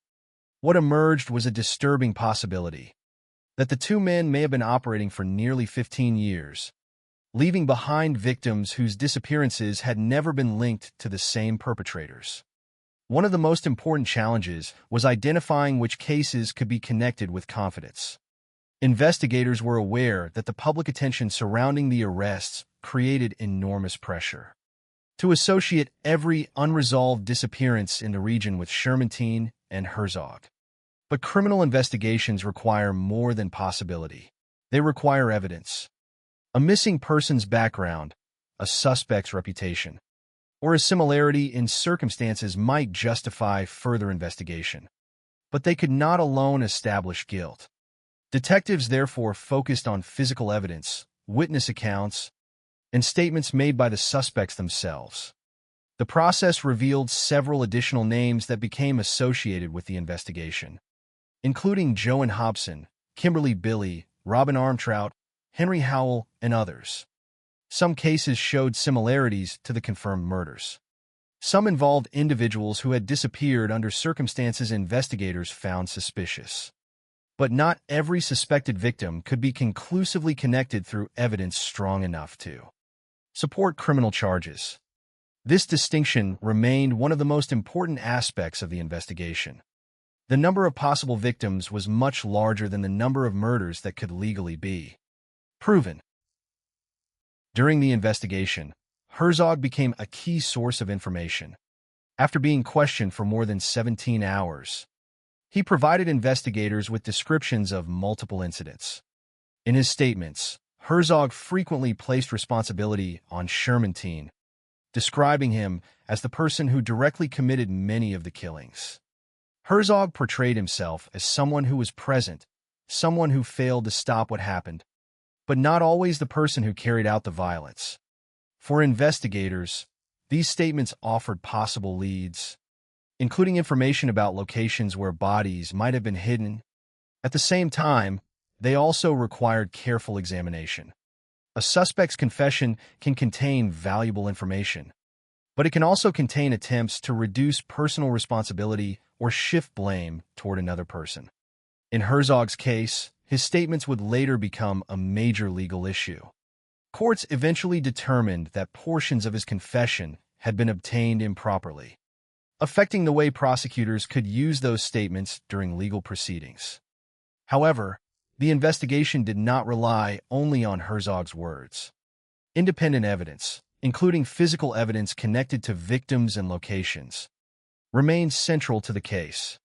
Wesley Shermantine, meanwhile, presented a very different image during the investigation. Unlike Herzog, who provided investigators with statements. Sherman maintained a more guarded position. Yet over time, he became known for making claims about additional victims and burial locations. These claims created a complicated situation for investigators. On one hand, information from a convicted murderer could potentially help locate missing victims and provide answers to grieving families. On the other hand, investigators had to consider whether his statements were accurate, exaggerated, or intended to gain attention. The difference between discovering a victim and proving a crime became especially important. Finding human remains could provide answers about identity and cause of death. But connecting those remains to a specific offender required additional evidence. As detectives continued their work, the physical landscape around Linden and Stockton became increasingly important. The region contained isolated areas where evidence could remain hidden for years. Abandoned mining areas, remote fields, and unused wells became locations of interest. Investigators believed that Sherman and Herzog had used these types of places because they were difficult to access and unlikely to be disturbed. Searching those locations required extensive planning. Investigators had to identify possible sites, examine old information, and carefully recover anything that might provide answers. The work was not only about proving cases in court. It was also about giving families something they had been denied for years, the ability to know where their loved ones were and what had happened to them. As the investigation expanded, the public became increasingly focused on the possibility that the Speed Freak killers had far more victims than the 4 murders for which they were eventually convicted. Sherman reportedly claimed responsibility for as many as 72 killings, a number that attracted significant attention. However, investigators never verified that claim. They believed the number of victims could be much higher than the confirmed cases, but they remained cautious about accepting statements that lacked supporting evidence. The difference between suspicion and proof became a recurring theme throughout the entire case. The investigation revealed a pattern of possible violence stretching across years. But it also showed the limitations of forensic evidence when crimes remain hidden for decades. Some victims could be identified. Some disappearances could be explained. Others remained unresolved. Every unidentified victim represented a family still waiting for answers. The next major stage of the investigation would come when Sherman began providing information about burial locations. His decision to reveal possible locations of victims would lead investigators to abandoned areas throughout California and uncover evidence that would reshape public understanding of the case. The search for the truth was no longer limited to courtrooms and police files. It moved into the fields, wells, and forgotten places where investigators believed the final remains of victims had been left behind. The investigation into Wesley Sherman and Loren Herzog entered a new and deeply disturbing phase, when attention shifted from courtroom evidence to the physical locations where investigators believed victims had been hidden. For years, one of the greatest obstacles facing authorities had been the absence of remains. Without bodies, many disappearances remained unresolved, and families were left with questions that could not be answered. The possibility that Sherman knew where victims had been buried created a new opportunity. But it also introduced another difficult challenge. Investigators had to determine which information was reliable and where searches should begin. The rural landscape surrounding Linden and the broader San Joaquin County area became the focus of extensive searches.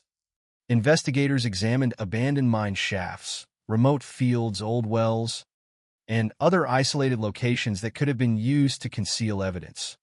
These areas were not simple crime scenes. Many had existed for decades, exposed to changing weather conditions and natural deterioration. Recovering evidence required patience and careful forensic work. Each location represented the possibility of discovering answers, but it also carried the emotional weight of potentially confirming another family's worst fears. In 2012, while serving a sentence for his convictions, Sherman provided information about possible burial locations. He produced a handwritten map identifying areas where he claimed victims could be found. The information immediately attracted attention because it offered investigators something they had struggled to obtain for years: specific locations to search. The map became one of the most important developments in the case, not because it answered every question, but because it provided a path toward recovering evidence that had remained hidden. Investigators followed the information and began excavations. Among the locations searched was a deep well that would become one of the most significant discoveries connected to the investigation. Inside, authorities recovered thousands of fragments of human bone mixed with other material. The discovery was both a breakthrough and a reminder of the enormous complexity of the case. The condition of the remains made identification extremely difficult. Years underground had changed the evidence, and many fragments could not immediately be connected to specific individuals. The recovery process required extensive forensic examination, including efforts to determine identity through available scientific methods. The location became known publicly as a boneyard, a term reflecting the scale of the discovery, but also the tragedy represented by each fragment recovered. Behind every piece of evidence was the possibility that it belonged to someone whose family had spent years searching for answers. Among the remains recovered through the investigation were victims connected to the confirmed cases, including Cindy Vanderheiden and Chevelle Wheeler. For their families, identification brought a painful form of closure. It ended the uncertainty that had lasted for years, but it also confirmed that their loved ones had been victims of violence. In missing person cases, families often experience a complicated emotional reality. The absence of information can create endless uncertainty, but the truth, even when devastating, can provide a place to begin grieving. The discoveries connected to Shermanteen's information also renewed attention on other possible victims. Investigators continued examining unresolved disappearances and comparing them with evidence recovered from search locations. However, not every set of remains could be identified, and not every suspected victim could be conclusively linked to Shermanteen and Herzog. The investigation, therefore, remained incomplete. It contained both answers and mysteries. Some families finally learned what had happened. Others continued waiting. While the searches provided important evidence, the legal consequences for Shermanteen and Herzog had already begun years earlier. Their trials revealed two very different outcomes for two men who had been accused of acting together. Wesley Shermanteen faced the most severe consequences. Prosecutors argued that evidence connected him directly to multiple murders, including the killings of Paul Kavanaugh, Howard King, Chevelle Wheeler, and Cindy Vanderheiden. He was convicted of 4 counts of first-degree murder and sentenced to death in 2001. The sentence placed him on California's death row, where he remained incarcerated. Despite his conviction, Shermanteen continued to attract attention by claiming knowledge of additional victims and burial locations. Some of his information led investigators to search for remains, while other claims remained unverified. His statements ensured that the case continued receiving attention long after the original convictions. Loren Herzog's legal path was far more complicated. Initially, he was convicted and received a lengthy prison sentence, but questions surrounding the methods used to obtain parts of his confession became central to appeals.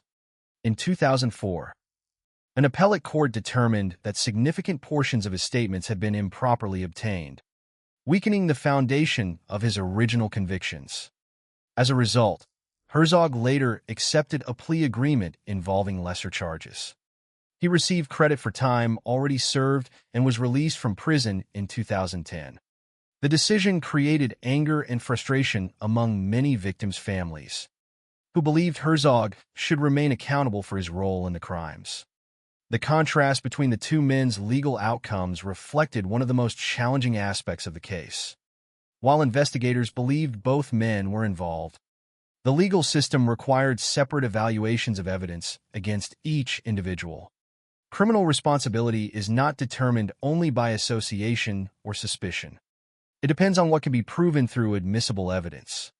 The Speed Freak Killers investigation demonstrated how complicated that process can become when crimes involve multiple offenders. Conflicting statements, missing evidence, and victims whose cases remained unresolved for years. The discoveries in 2012 provided answers that had been missing for decades, but they also revealed how much remained unknown. The true number of victims may never be confirmed. Shermatine's claim of 72 victims has never been proven, while investigators' estimate of at least 19 possible victims remains a belief based on patterns, evidence, and unresolved cases rather than a complete list of confirmed murders. What remained certain was the suffering experienced by the victims and their families. Behind every investigation file, every excavation site, and every courtroom argument were individuals whose lives had been interrupted and families who had waited years for the truth. The story of Wesley Shermantine and Loren Herzog was not defined only by the actions of the two men.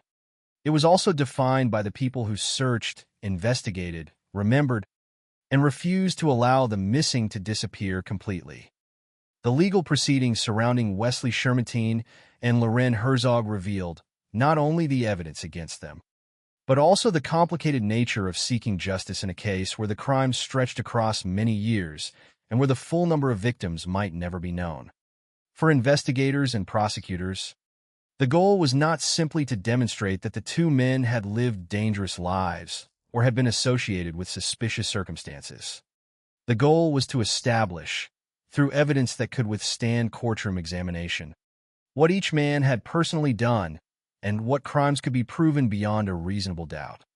That distinction became especially important because the investigation had uncovered a much larger picture than the number of charges that eventually reached trial. Publicly, many people believe Shermantine and Herzog were responsible for far more deaths than the 4 murders for which Shermantine was convicted. Investigators shared the belief that additional victims likely existed. However, the legal system could only address cases supported by evidence strong enough for prosecution. The first major legal battle centered on Wesley Shermantine. Prosecutors presented evidence connecting him to the murders of Paul Kavanaugh, Howard King, Chevelle Wheeler, and Cindy Vanderheiden. The evidence included physical findings, forensic connections, and information developed during the investigation. The prosecution argued that Shermantine was directly responsible for the killings and had deliberately taken the lives of multiple victims over many years. The jury ultimately agreed, and Shermantine was convicted of 4 counts of first-degree murder. In 2001, he received a death sentence. The conviction marked the legal conclusion of several homicide cases, but it did not end the larger investigation. Shermantine remained a central figure because of his continued claims about additional victims and burial locations. Even while incarcerated, he maintained that he knew where more victims could be found. Those statements created a complicated relationship between investigators and the convicted killer.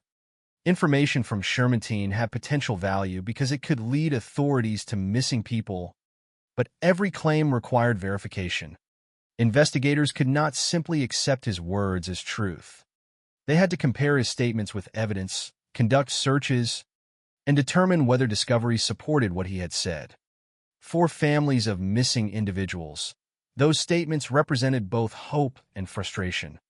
Hope existed because long-awaited answers might finally be possible. Frustration existed because the information came from someone who had already been convicted of terrible crimes and whose motives could not always be understood. Loren Herzog's legal journey followed a different path. Initially, Herzog faced serious charges and was convicted in connection with multiple killings. He received a sentence of 78 years in prison. However, the foundation of that conviction was later challenged. Appeals focused heavily on the circumstances surrounding his interrogation and the way his statements had been obtained. In 2004, a court determined that significant portions of his confession had been collected improperly. This ruling changed the legal situation dramatically. Without those statements available in the same way, prosecutors faced greater difficulty proving the original charges. Herzog later entered into a plea agreement involving lesser charges. He received credit for time already served and was released from custody in 2010. The decision was controversial. Many relatives of victims and members of the public believed Herzog had escaped the level of punishment they felt he deserved. To them, the evidence and his own statements indicated that he had played a significant role in the crimes, even if he was not always the person who carried out the physical violence. The release created renewed debate about the difference between moral responsibility and legal responsibility. Investigators might believe someone was involved in serious crimes, but courts must operate within strict rules about evidence, procedure, and constitutional protections. The Herzog case became an example of how those legal standards can sometimes produce outcomes that are deeply painful for victims' families, even when those standards exist to protect the integrity of the justice system. In January 2012, shortly after renewed searches began following Shermanteen's information about possible burial sites, Loren Herzog was found dead inside the vehicle where he had been living near High Desert State Prison. He had died by suicide. His death immediately attracted attention because of its timing. Many people questioned whether fear of new discoveries, possible exposure of additional crimes, or other pressures had influenced his decision. However, no confirmed reason for his suicide was established. The circumstances remained another unanswered question in a case already filled with uncertainty. Herzog's death meant that one of the only two people believed to know the full truth about the crimes could no longer provide answers. For investigators searching for additional victims, this created another obstacle. The case had always depended on incomplete information. Some evidence had disappeared with time. Some memories had faded. Some locations had changed. And now one of the central figures in the investigation was gone. Despite this, the search for victims continued. The discovery of human remains and locations connected to Shermanteen's information represented an important step forward, but it also highlighted how much remained unresolved. The identification process was slow and difficult. Thousands of bone fragments required careful examination. Some remains could be linked to known victims, while others could not be identified. Every unidentified fragment represented a possibility that another family might still be waiting for answers.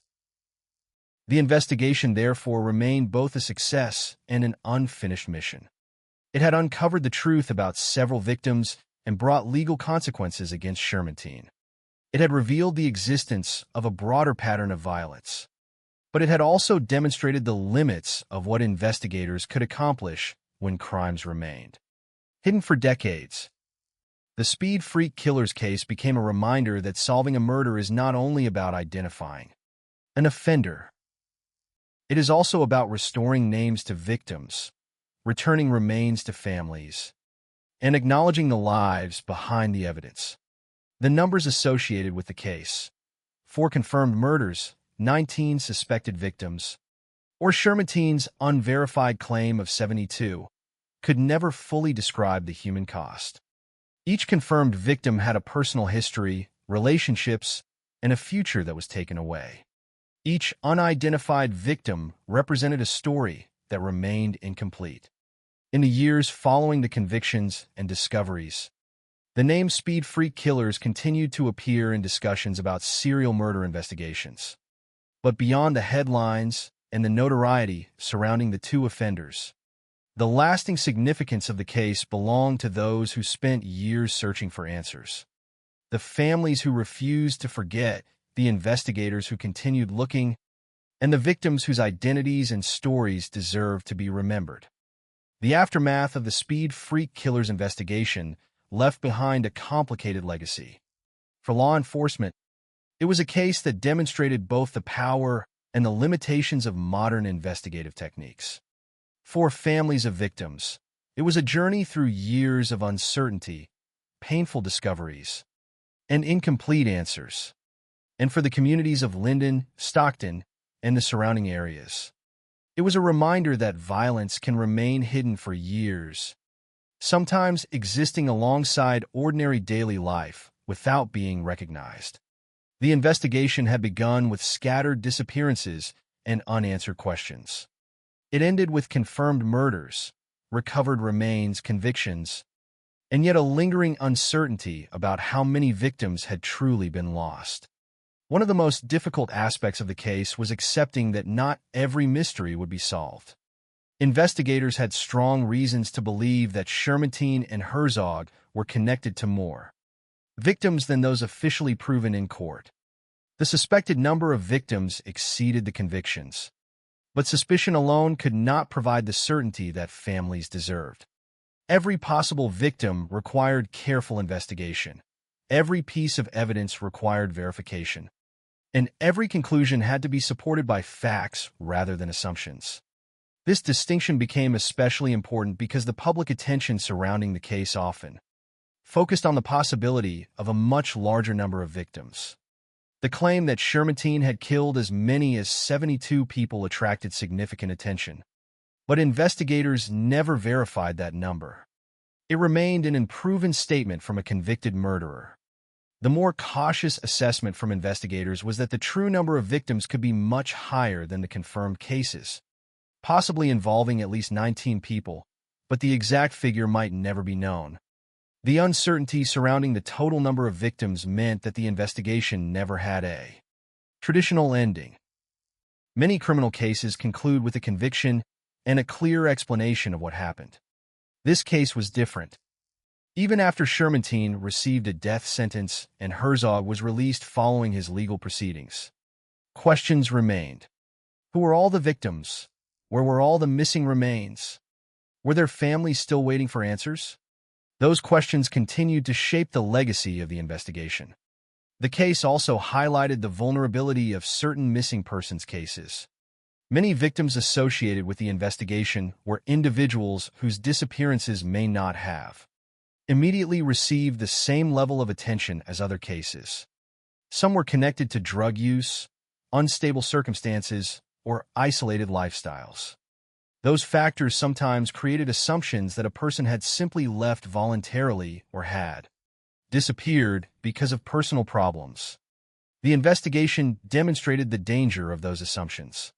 A person's struggles or circumstances do not make their disappearance less important.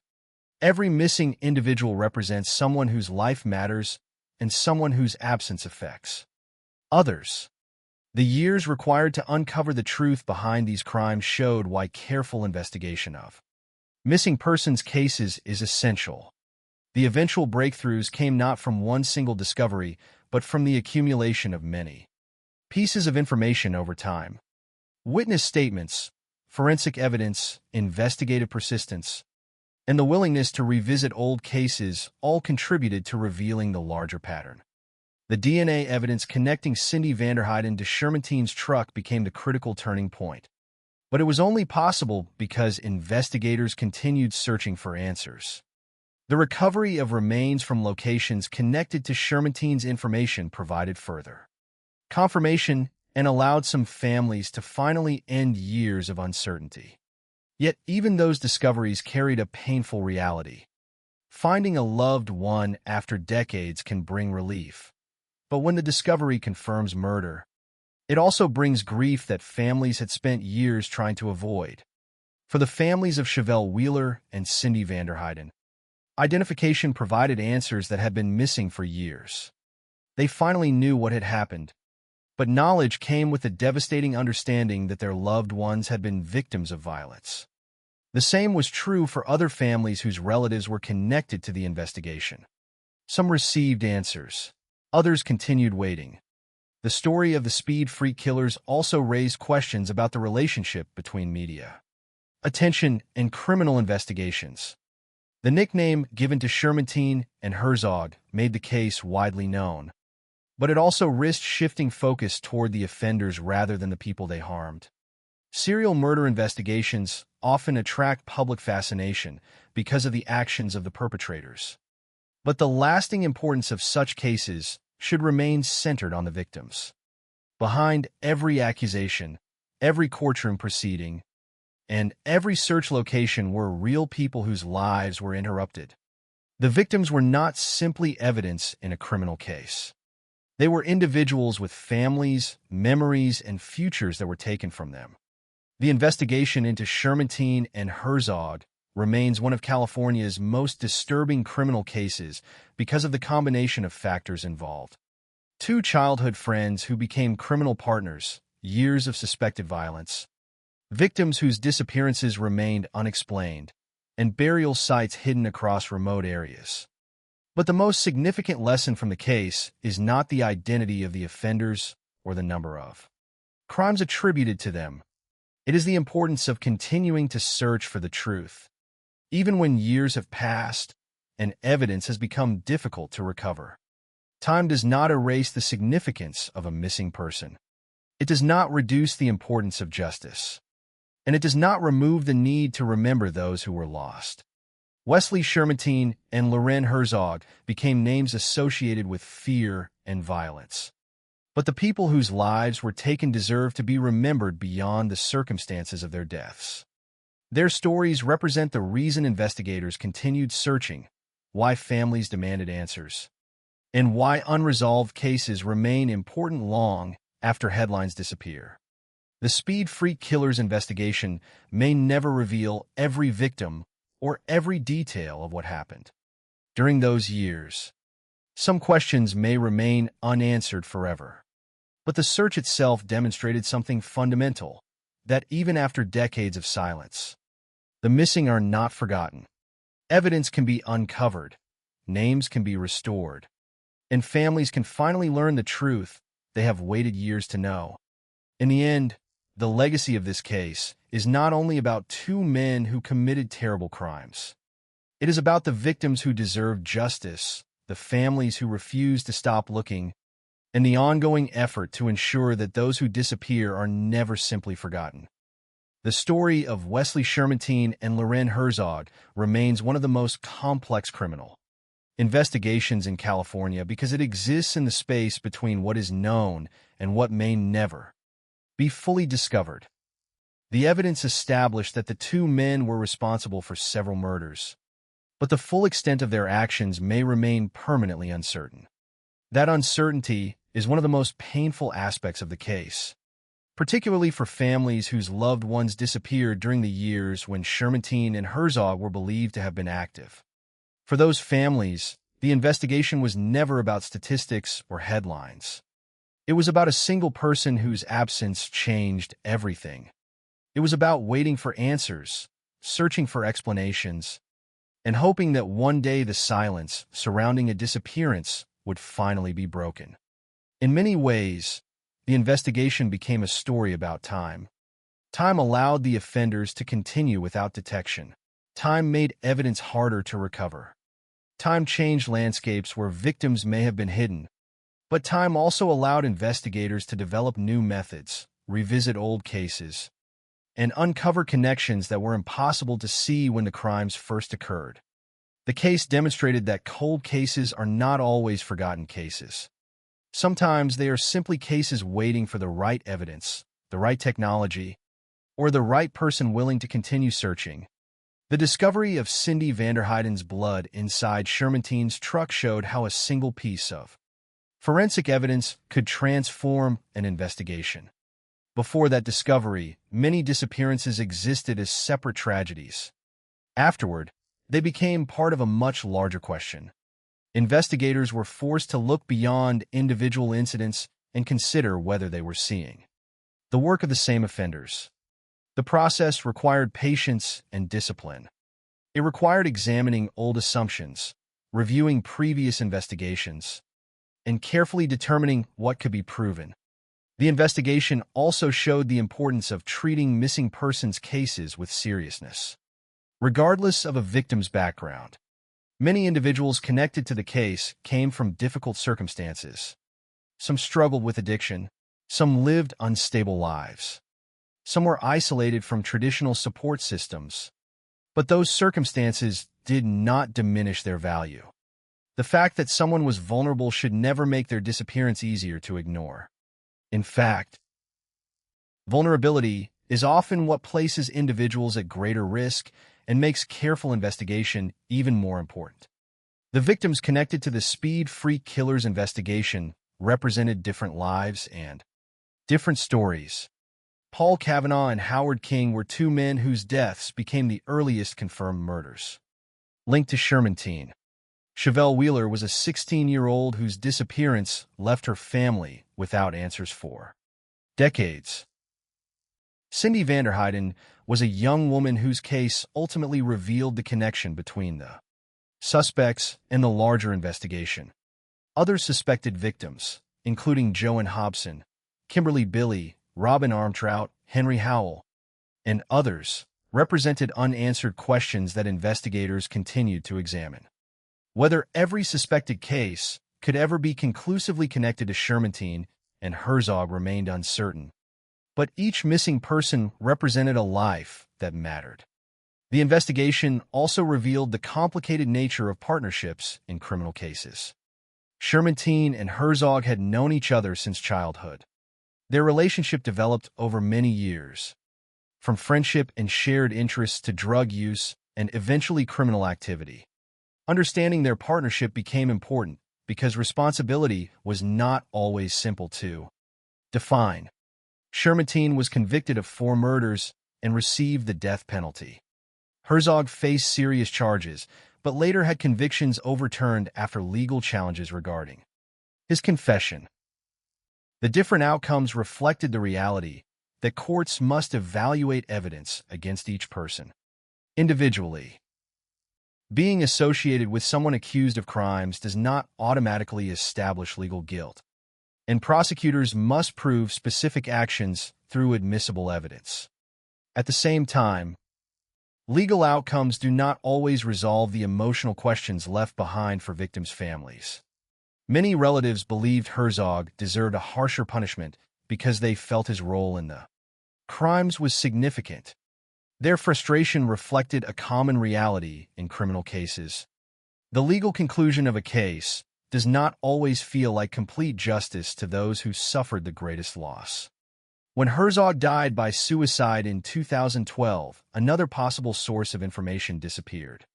Whatever knowledge he carried about the crimes, additional victims, or the exact events of certain incidents went with him. Shermantine remained alive and continued providing information about possible burial locations. But even his statements could not answer every question.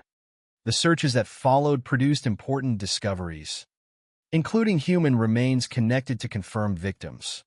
But they also revealed the limits of what investigators could recover after so many years. Some victims received names again. Others remained unidentified. Some families found answers. Others continued waiting. That unfinished nature is what separates this case from a simple story of arrest and conviction. It is a story of partial resolution.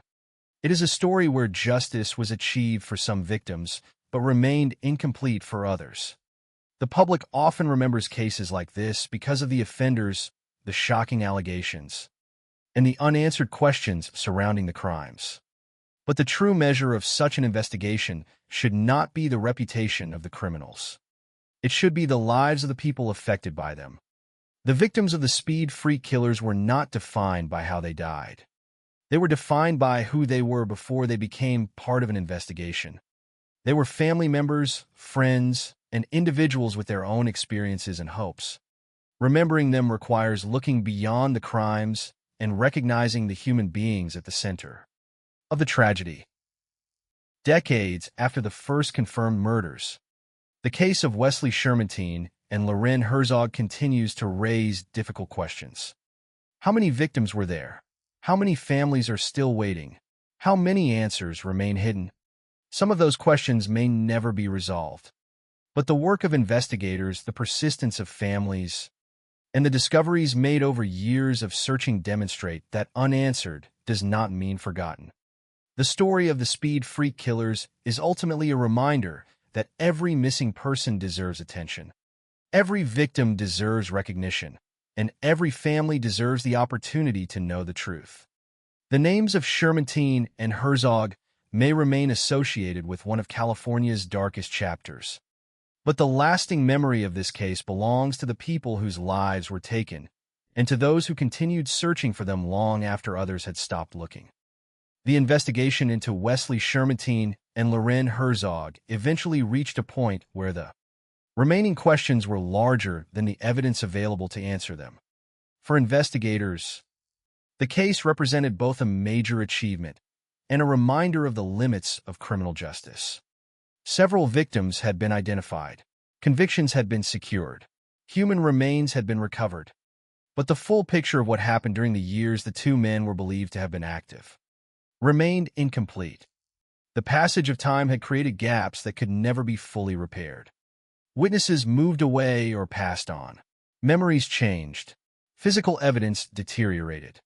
Some locations had been altered beyond recognition, and some victims remained unknown. Yet even with those limitations, the investigation changed the understanding of how the disappearances in the region were viewed. What had once appeared to be separate tragedies became part of a larger pattern of violence. The case forced law enforcement agencies to reconsider how they approached missing persons investigations, particularly when multiple disappearances occurred among vulnerable individuals within the same geographic area. One of the most important lessons from the investigation was the importance of connecting information. A single disappearance can be difficult to solve, especially when there is limited evidence and no obvious crime scene. But when information from different cases is combined, patterns can emerge. In the Speed Freak Killers investigation, those patterns were not immediately visible. Years separated many of the suspected crimes. The victims did not all share the same background. The methods of violence varied. The locations differed. Because of that, the connection between the cases remained hidden until forensic evidence and investigative review brought the pieces together. The investigation also demonstrated how technology can change the outcome of cases that once appeared impossible to solve.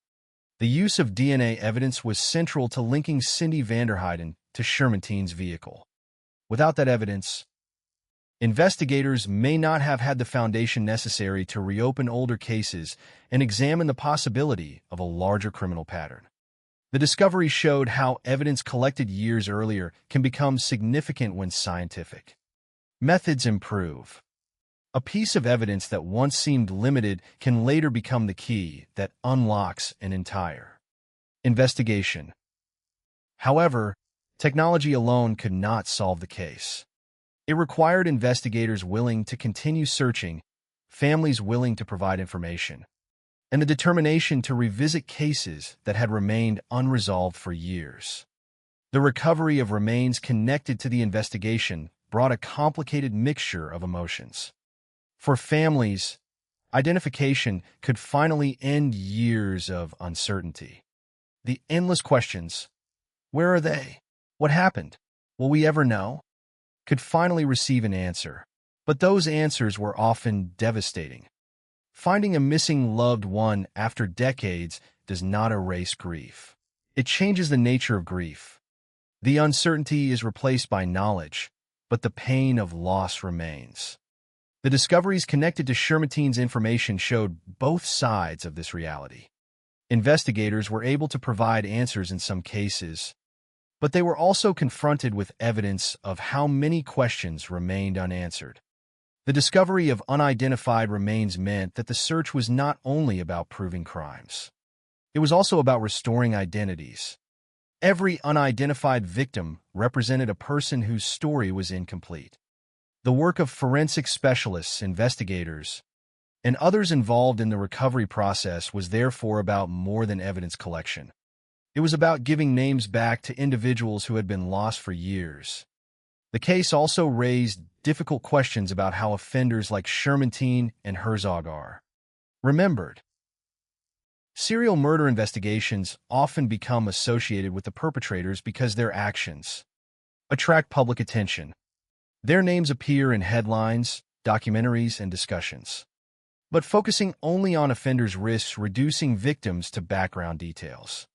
The victims should remain the center of the story. The crimes committed against them were not merely events in an investigation. They were personal tragedies that affected families and communities. The lives lost cannot be measured only by the circumstances of their deaths. Each victim had relationships, memories, and experiences that existed long before their names appeared in police reports. For the families of the victims, justice was never only about punishment. It was also about recognition. It was about having authorities acknowledge what happened and confirm that their loved ones had not been forgotten. It was about recovering remains, identifying victims, and allowing families to grieve properly. The investigation provided that sense of resolution for some families, but not for all. The unresolved cases remained a painful reminder that justice is sometimes incomplete. The story of Shermantine and Herzog also revealed the complexity of human responsibility. Two men could share the same environment, the same addiction, and the same criminal activities, yet the legal system still had to determine individual responsibility. Shermantine's conviction and death sentence reflected the evidence prosecutors presented against him. Herzog's legal outcome reflected the challenges created by questions about his confession and the evidence available against him. The difference between the two cases showed that criminal trials are not simply about determining whether someone appears dangerous or suspicious. They are about proving specific crimes through evidence that meets legal standards. This distinction can be difficult for the public to accept, especially in cases involving extreme violence, but it remains a fundamental part of the justice system. Years after the arrests, the Speed Freak Killers investigation continued to represent one of California's most haunting criminal cases. It contained elements that made it especially disturbing: childhood friends who became criminal partners, a long period of suspected activity, vulnerable victims, hidden burial locations, and unanswered questions about the true number of lives lost. Yet the significance of the case extends beyond the crimes themselves.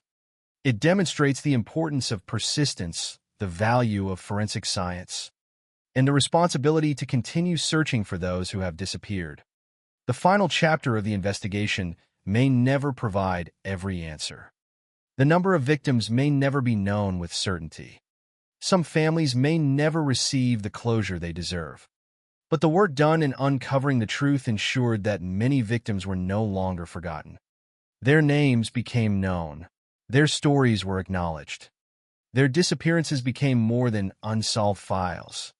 They became reminders of the importance of protecting vulnerable people and continuing to seek justice, even when the path forward is difficult. The legacy of Wesley Shermantine and Loren Herzog is not only a record of the crimes they committed, or the accusations surrounding them. It is also the story of the people who searched for answers, the investigators who followed the evidence, and the families who refused to let their loved ones disappear into silence. In the end, the most important part of this case is not the mystery surrounding two offenders. It is the lives of those who were taken and the ongoing effort to remember them. The passage of years has not erased the significance of the Speed Freak Killers investigation. Instead, the case has remained a reminder of how complicated the pursuit of justice can become when crimes are hidden for decades and when the truth exists in fragments scattered across time, geography, and incomplete evidence. Wesley Shermantine and Loren Herzog became known because of the violence connected to their names. But the deeper story of the investigation belongs to the victims, their families, and the people who continued searching for answers when those answers seemed impossible to find. The case showed that every missing person investigation carries the possibility of a much larger story waiting to be uncovered. For many years, families connected to missing persons cases in the San Joaquin Valley lived with uncertainty. Without remains, without a confirmed crime scene, and without clear evidence, they were forced to exist in an emotional space between hope and grief. They could not fully mourn because they did not know what had happened. They could not move forward because unanswered questions remained. The investigation into Shermantine and Herzog changed that reality for some families. It brought painful truths, but it also brought something that had been missing for years: certainty.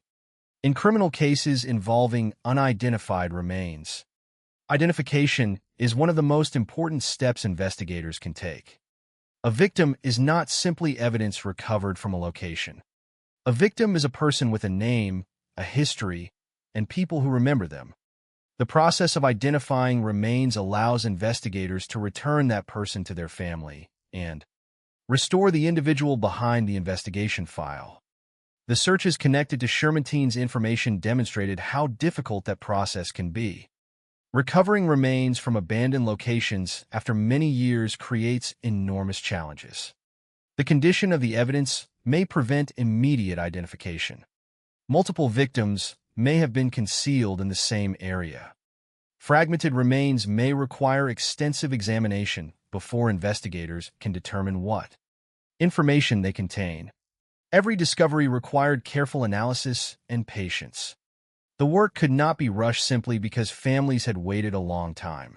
Accuracy mattered. The truth mattered. Throughout the investigation, one of the most difficult questions remained the same. How many victims were there? The confirmed number remained limited compared with the accusations surrounding the case. Shermanteen was convicted of 4 murders. Investigators believed the number of victims could be significantly higher. Shermanteen himself claimed responsibility for many more killings, but those statements were never verified. The uncertainty created a permanent shadow over the case. It meant that while some families received answers, others could still be waiting. It meant that investigators could not provide a complete timeline of every suspected crime. And it meant that some parts of the story might remain unknown forever. This uncertainty is one of the defining characteristics of serial murder investigations. The public often seeks a final number, a complete explanation, and a clear ending. But real investigations do not always provide those things. Sometimes evidence reaches a limit. Sometimes witnesses cannot provide enough information. Sometimes the people who know the truth are no longer able to speak. The case of Shermanteen and Herzog reflected those realities. It showed that justice can be achieved while questions remain. It also showed that unresolved questions do not diminish the importance of the victims who were identified. Each confirmed victim represented a separate tragedy. Paul Kavanaugh and Howard King became known as the earliest confirmed victims connected to Shermanteen. Chevelle Wheeler's disappearance represented the devastating loss of a teenager whose family waited decades for answers. Cindy Vanderheiden's case became the turning point that exposed the connection between the suspects. In the larger investigation, other possible victims represented stories that investigators continued trying to understand. Each person deserved to be remembered as more than a name connected to a criminal case. Their lives existed before the investigation. They had families, friendships, personal experiences, and futures that were taken away. The story of the Speed Freak killers also demonstrates why law enforcement must look beyond assumptions when investigating disappearances. Some victims may be considered vulnerable because of their circumstances, but vulnerability should never lead to their cases being overlooked. A person's struggles, relationships, or lifestyle do not determine the value of their life. Every disappearance deserves attention. Every family deserves answers. Every victim deserves to be taken seriously. The investigation also became a study of how partnerships can develop between individuals involved. In serious crimes, Shermanteen and Herzog's relationship began during childhood. They were not strangers who met shortly before committing crimes. They had years of shared experiences before investigators ever knew their names. Their friendship, drug use, and eventual criminal association created a partnership that made the investigation more complicated. Understanding that relationship helped investigators examine how the crimes may have occurred. But it also created legal challenges in determining individual responsibility. The courts had to separate association from action and suspicion from evidence. That process resulted in different outcomes for the two men, reflecting the complexity of proving crimes committed by multiple offenders. The eventual death of Loren Herzog in 2012 created another unresolved element of the case. Whatever additional information he possessed about suspected crimes and locations was no longer available. His death occurred during a period when investigators were actively searching for more evidence. Following Shermanteen's disclosures, while many people speculated about possible reasons, no confirmed explanation for his suicide was established. His death became another reminder that investigations are often shaped by circumstances beyond anyone's control. Evidence can disappear. Witnesses can become unavailable. Opportunities for answers can close permanently.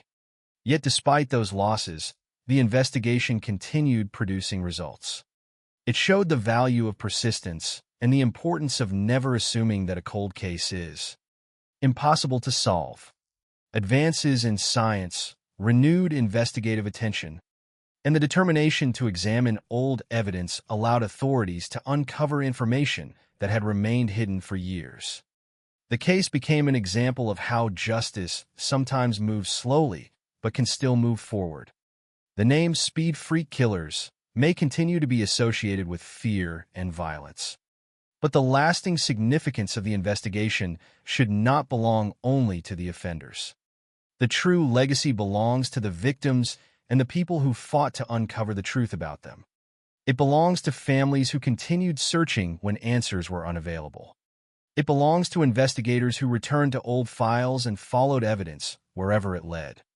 And it belongs to the victims themselves, whose lives deserve to be remembered beyond the circumstances of their deaths. The story of Wesley Shermanteen and Loren Herzog may never have a complete final chapter. Some victims may remain unidentified. Some disappearances may remain unexplained. Some questions may never receive answers. But the investigation proved that time does not erase the importance of seeking justice. A missing person is never just a missing file. A victim is never just a statistic. And a forgotten place can still hold the truth.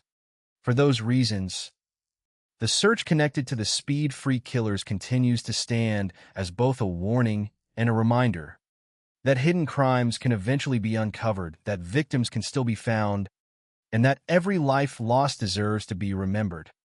The story of Wesley Shermanteen and Loren Herzog does not end with the convictions, the searches, or the discovery of remains. Like many cases involving long-term investigations, its impact continued long after the courtroom proceedings concluded. The questions left behind became part of the case's enduring legacy. Questions about missed opportunities, unanswered disappearances, the challenges of investigating crimes hidden for decades, and the responsibility to remember victims whose stories might otherwise have remained unknown. The investigation revealed that the most important discoveries were often not the dramatic moments that attracted public attention, but the slow accumulation of evidence over time. A single statement, a forensic test, a forgotten report, or a location mentioned years earlier could become meaningful when combined with other information. The case demonstrated that investigations are rarely solved through one perfect moment. Instead, they are built through persistence, careful analysis, and the willingness to continue searching even when progress appears impossible. For decades, the families connected to these disappearances carried the weight of uncertainty. Many lived without knowing whether their loved ones were alive or dead. They marked birthdays, anniversaries, and holidays without answers. They searched for information, spoke with investigators, and waited for any development that might explain what had happened. The arrest of Shermanteen and Herzog brought attention to their cases, but attention alone could not repair years of loss. The discovery of remains provided something different. It provided truth. For families, truth could be painful, but it also allowed them to finally move beyond uncertainty. The ability to mourn someone properly requires knowing where they are and what happened to them. The investigation into the Speed Freak Killers gave that opportunity to some families, while others continued waiting for answers. One of the most troubling aspects of the case was how many possible victims remained outside the reach of certainty. Investigators believed the confirmed murders represented only a portion of the violence connected to Shermanteen and Herzog. The suspected number of victims created a disturbing possibility that there were still people whose disappearances had never been explained. Some cases may have involved individuals who were never reported missing. Others may have involved people whose disappearances were attributed to personal circumstances, rather than criminal acts. Without evidence, those cases could not be conclusively linked. This uncertainty remains one of the greatest challenges in understanding the true scope of the crimes. It is also why investigators continued to emphasize the difference between confirmed facts and unproven claims. The public often became focused on Shermanteen's statement that he had killed many more people than investigators could verify. Such claims naturally attracted attention because of their shocking nature. However, criminal investigations cannot be based only on accusations made by offenders themselves. Every statement must be tested against evidence. Every location must be searched. Every connection must be established. The responsibility of investigators was not simply to find a larger number of victims. It was to identify the truth as accurately as possible. That process required respecting both victims and the legal standards necessary to ensure reliable conclusions.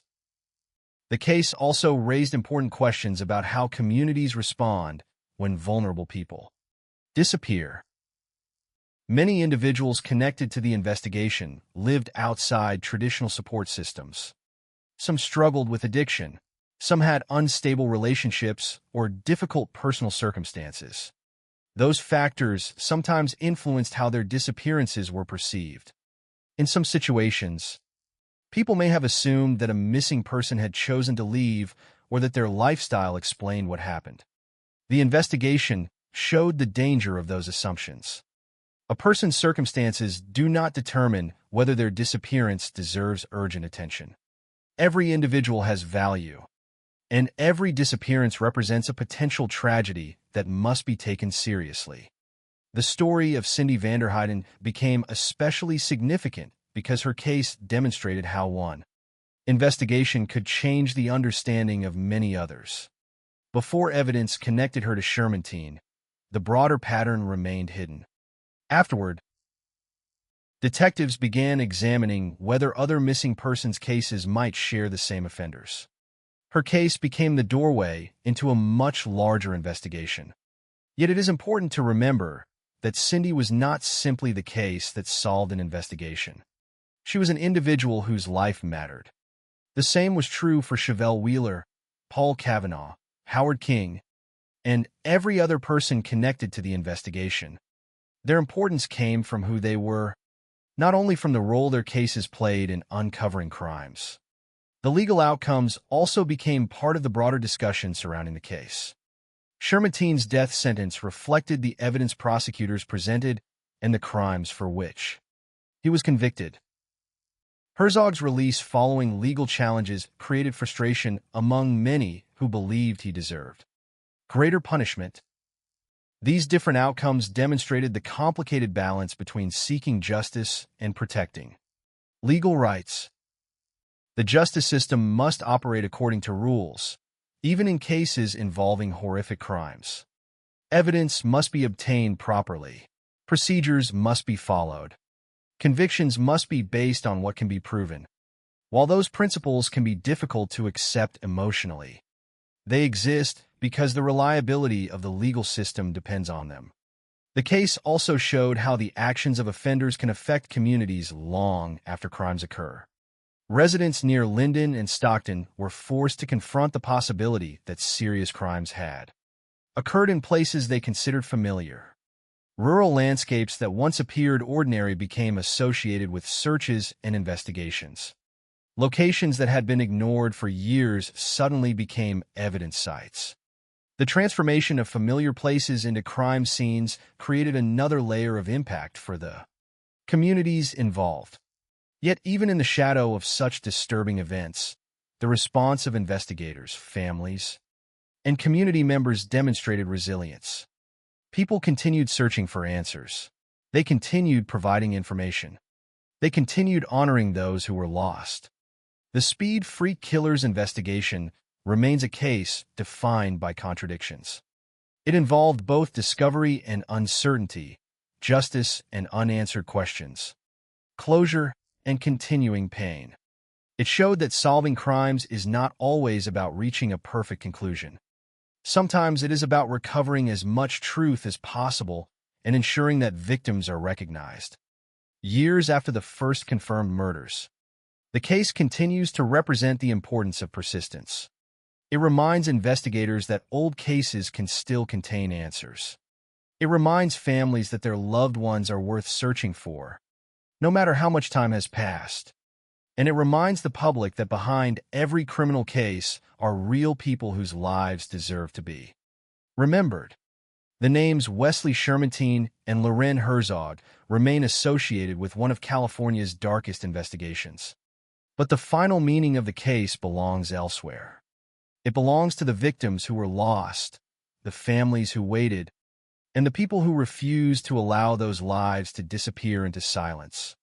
The investigation may never reveal every detail of what happened during those years. Some questions may remain unanswered forever. But the search itself carries an important message that every victim matters. Every story deserves to be told, and the pursuit of truth continues even when the path is long and uncertain.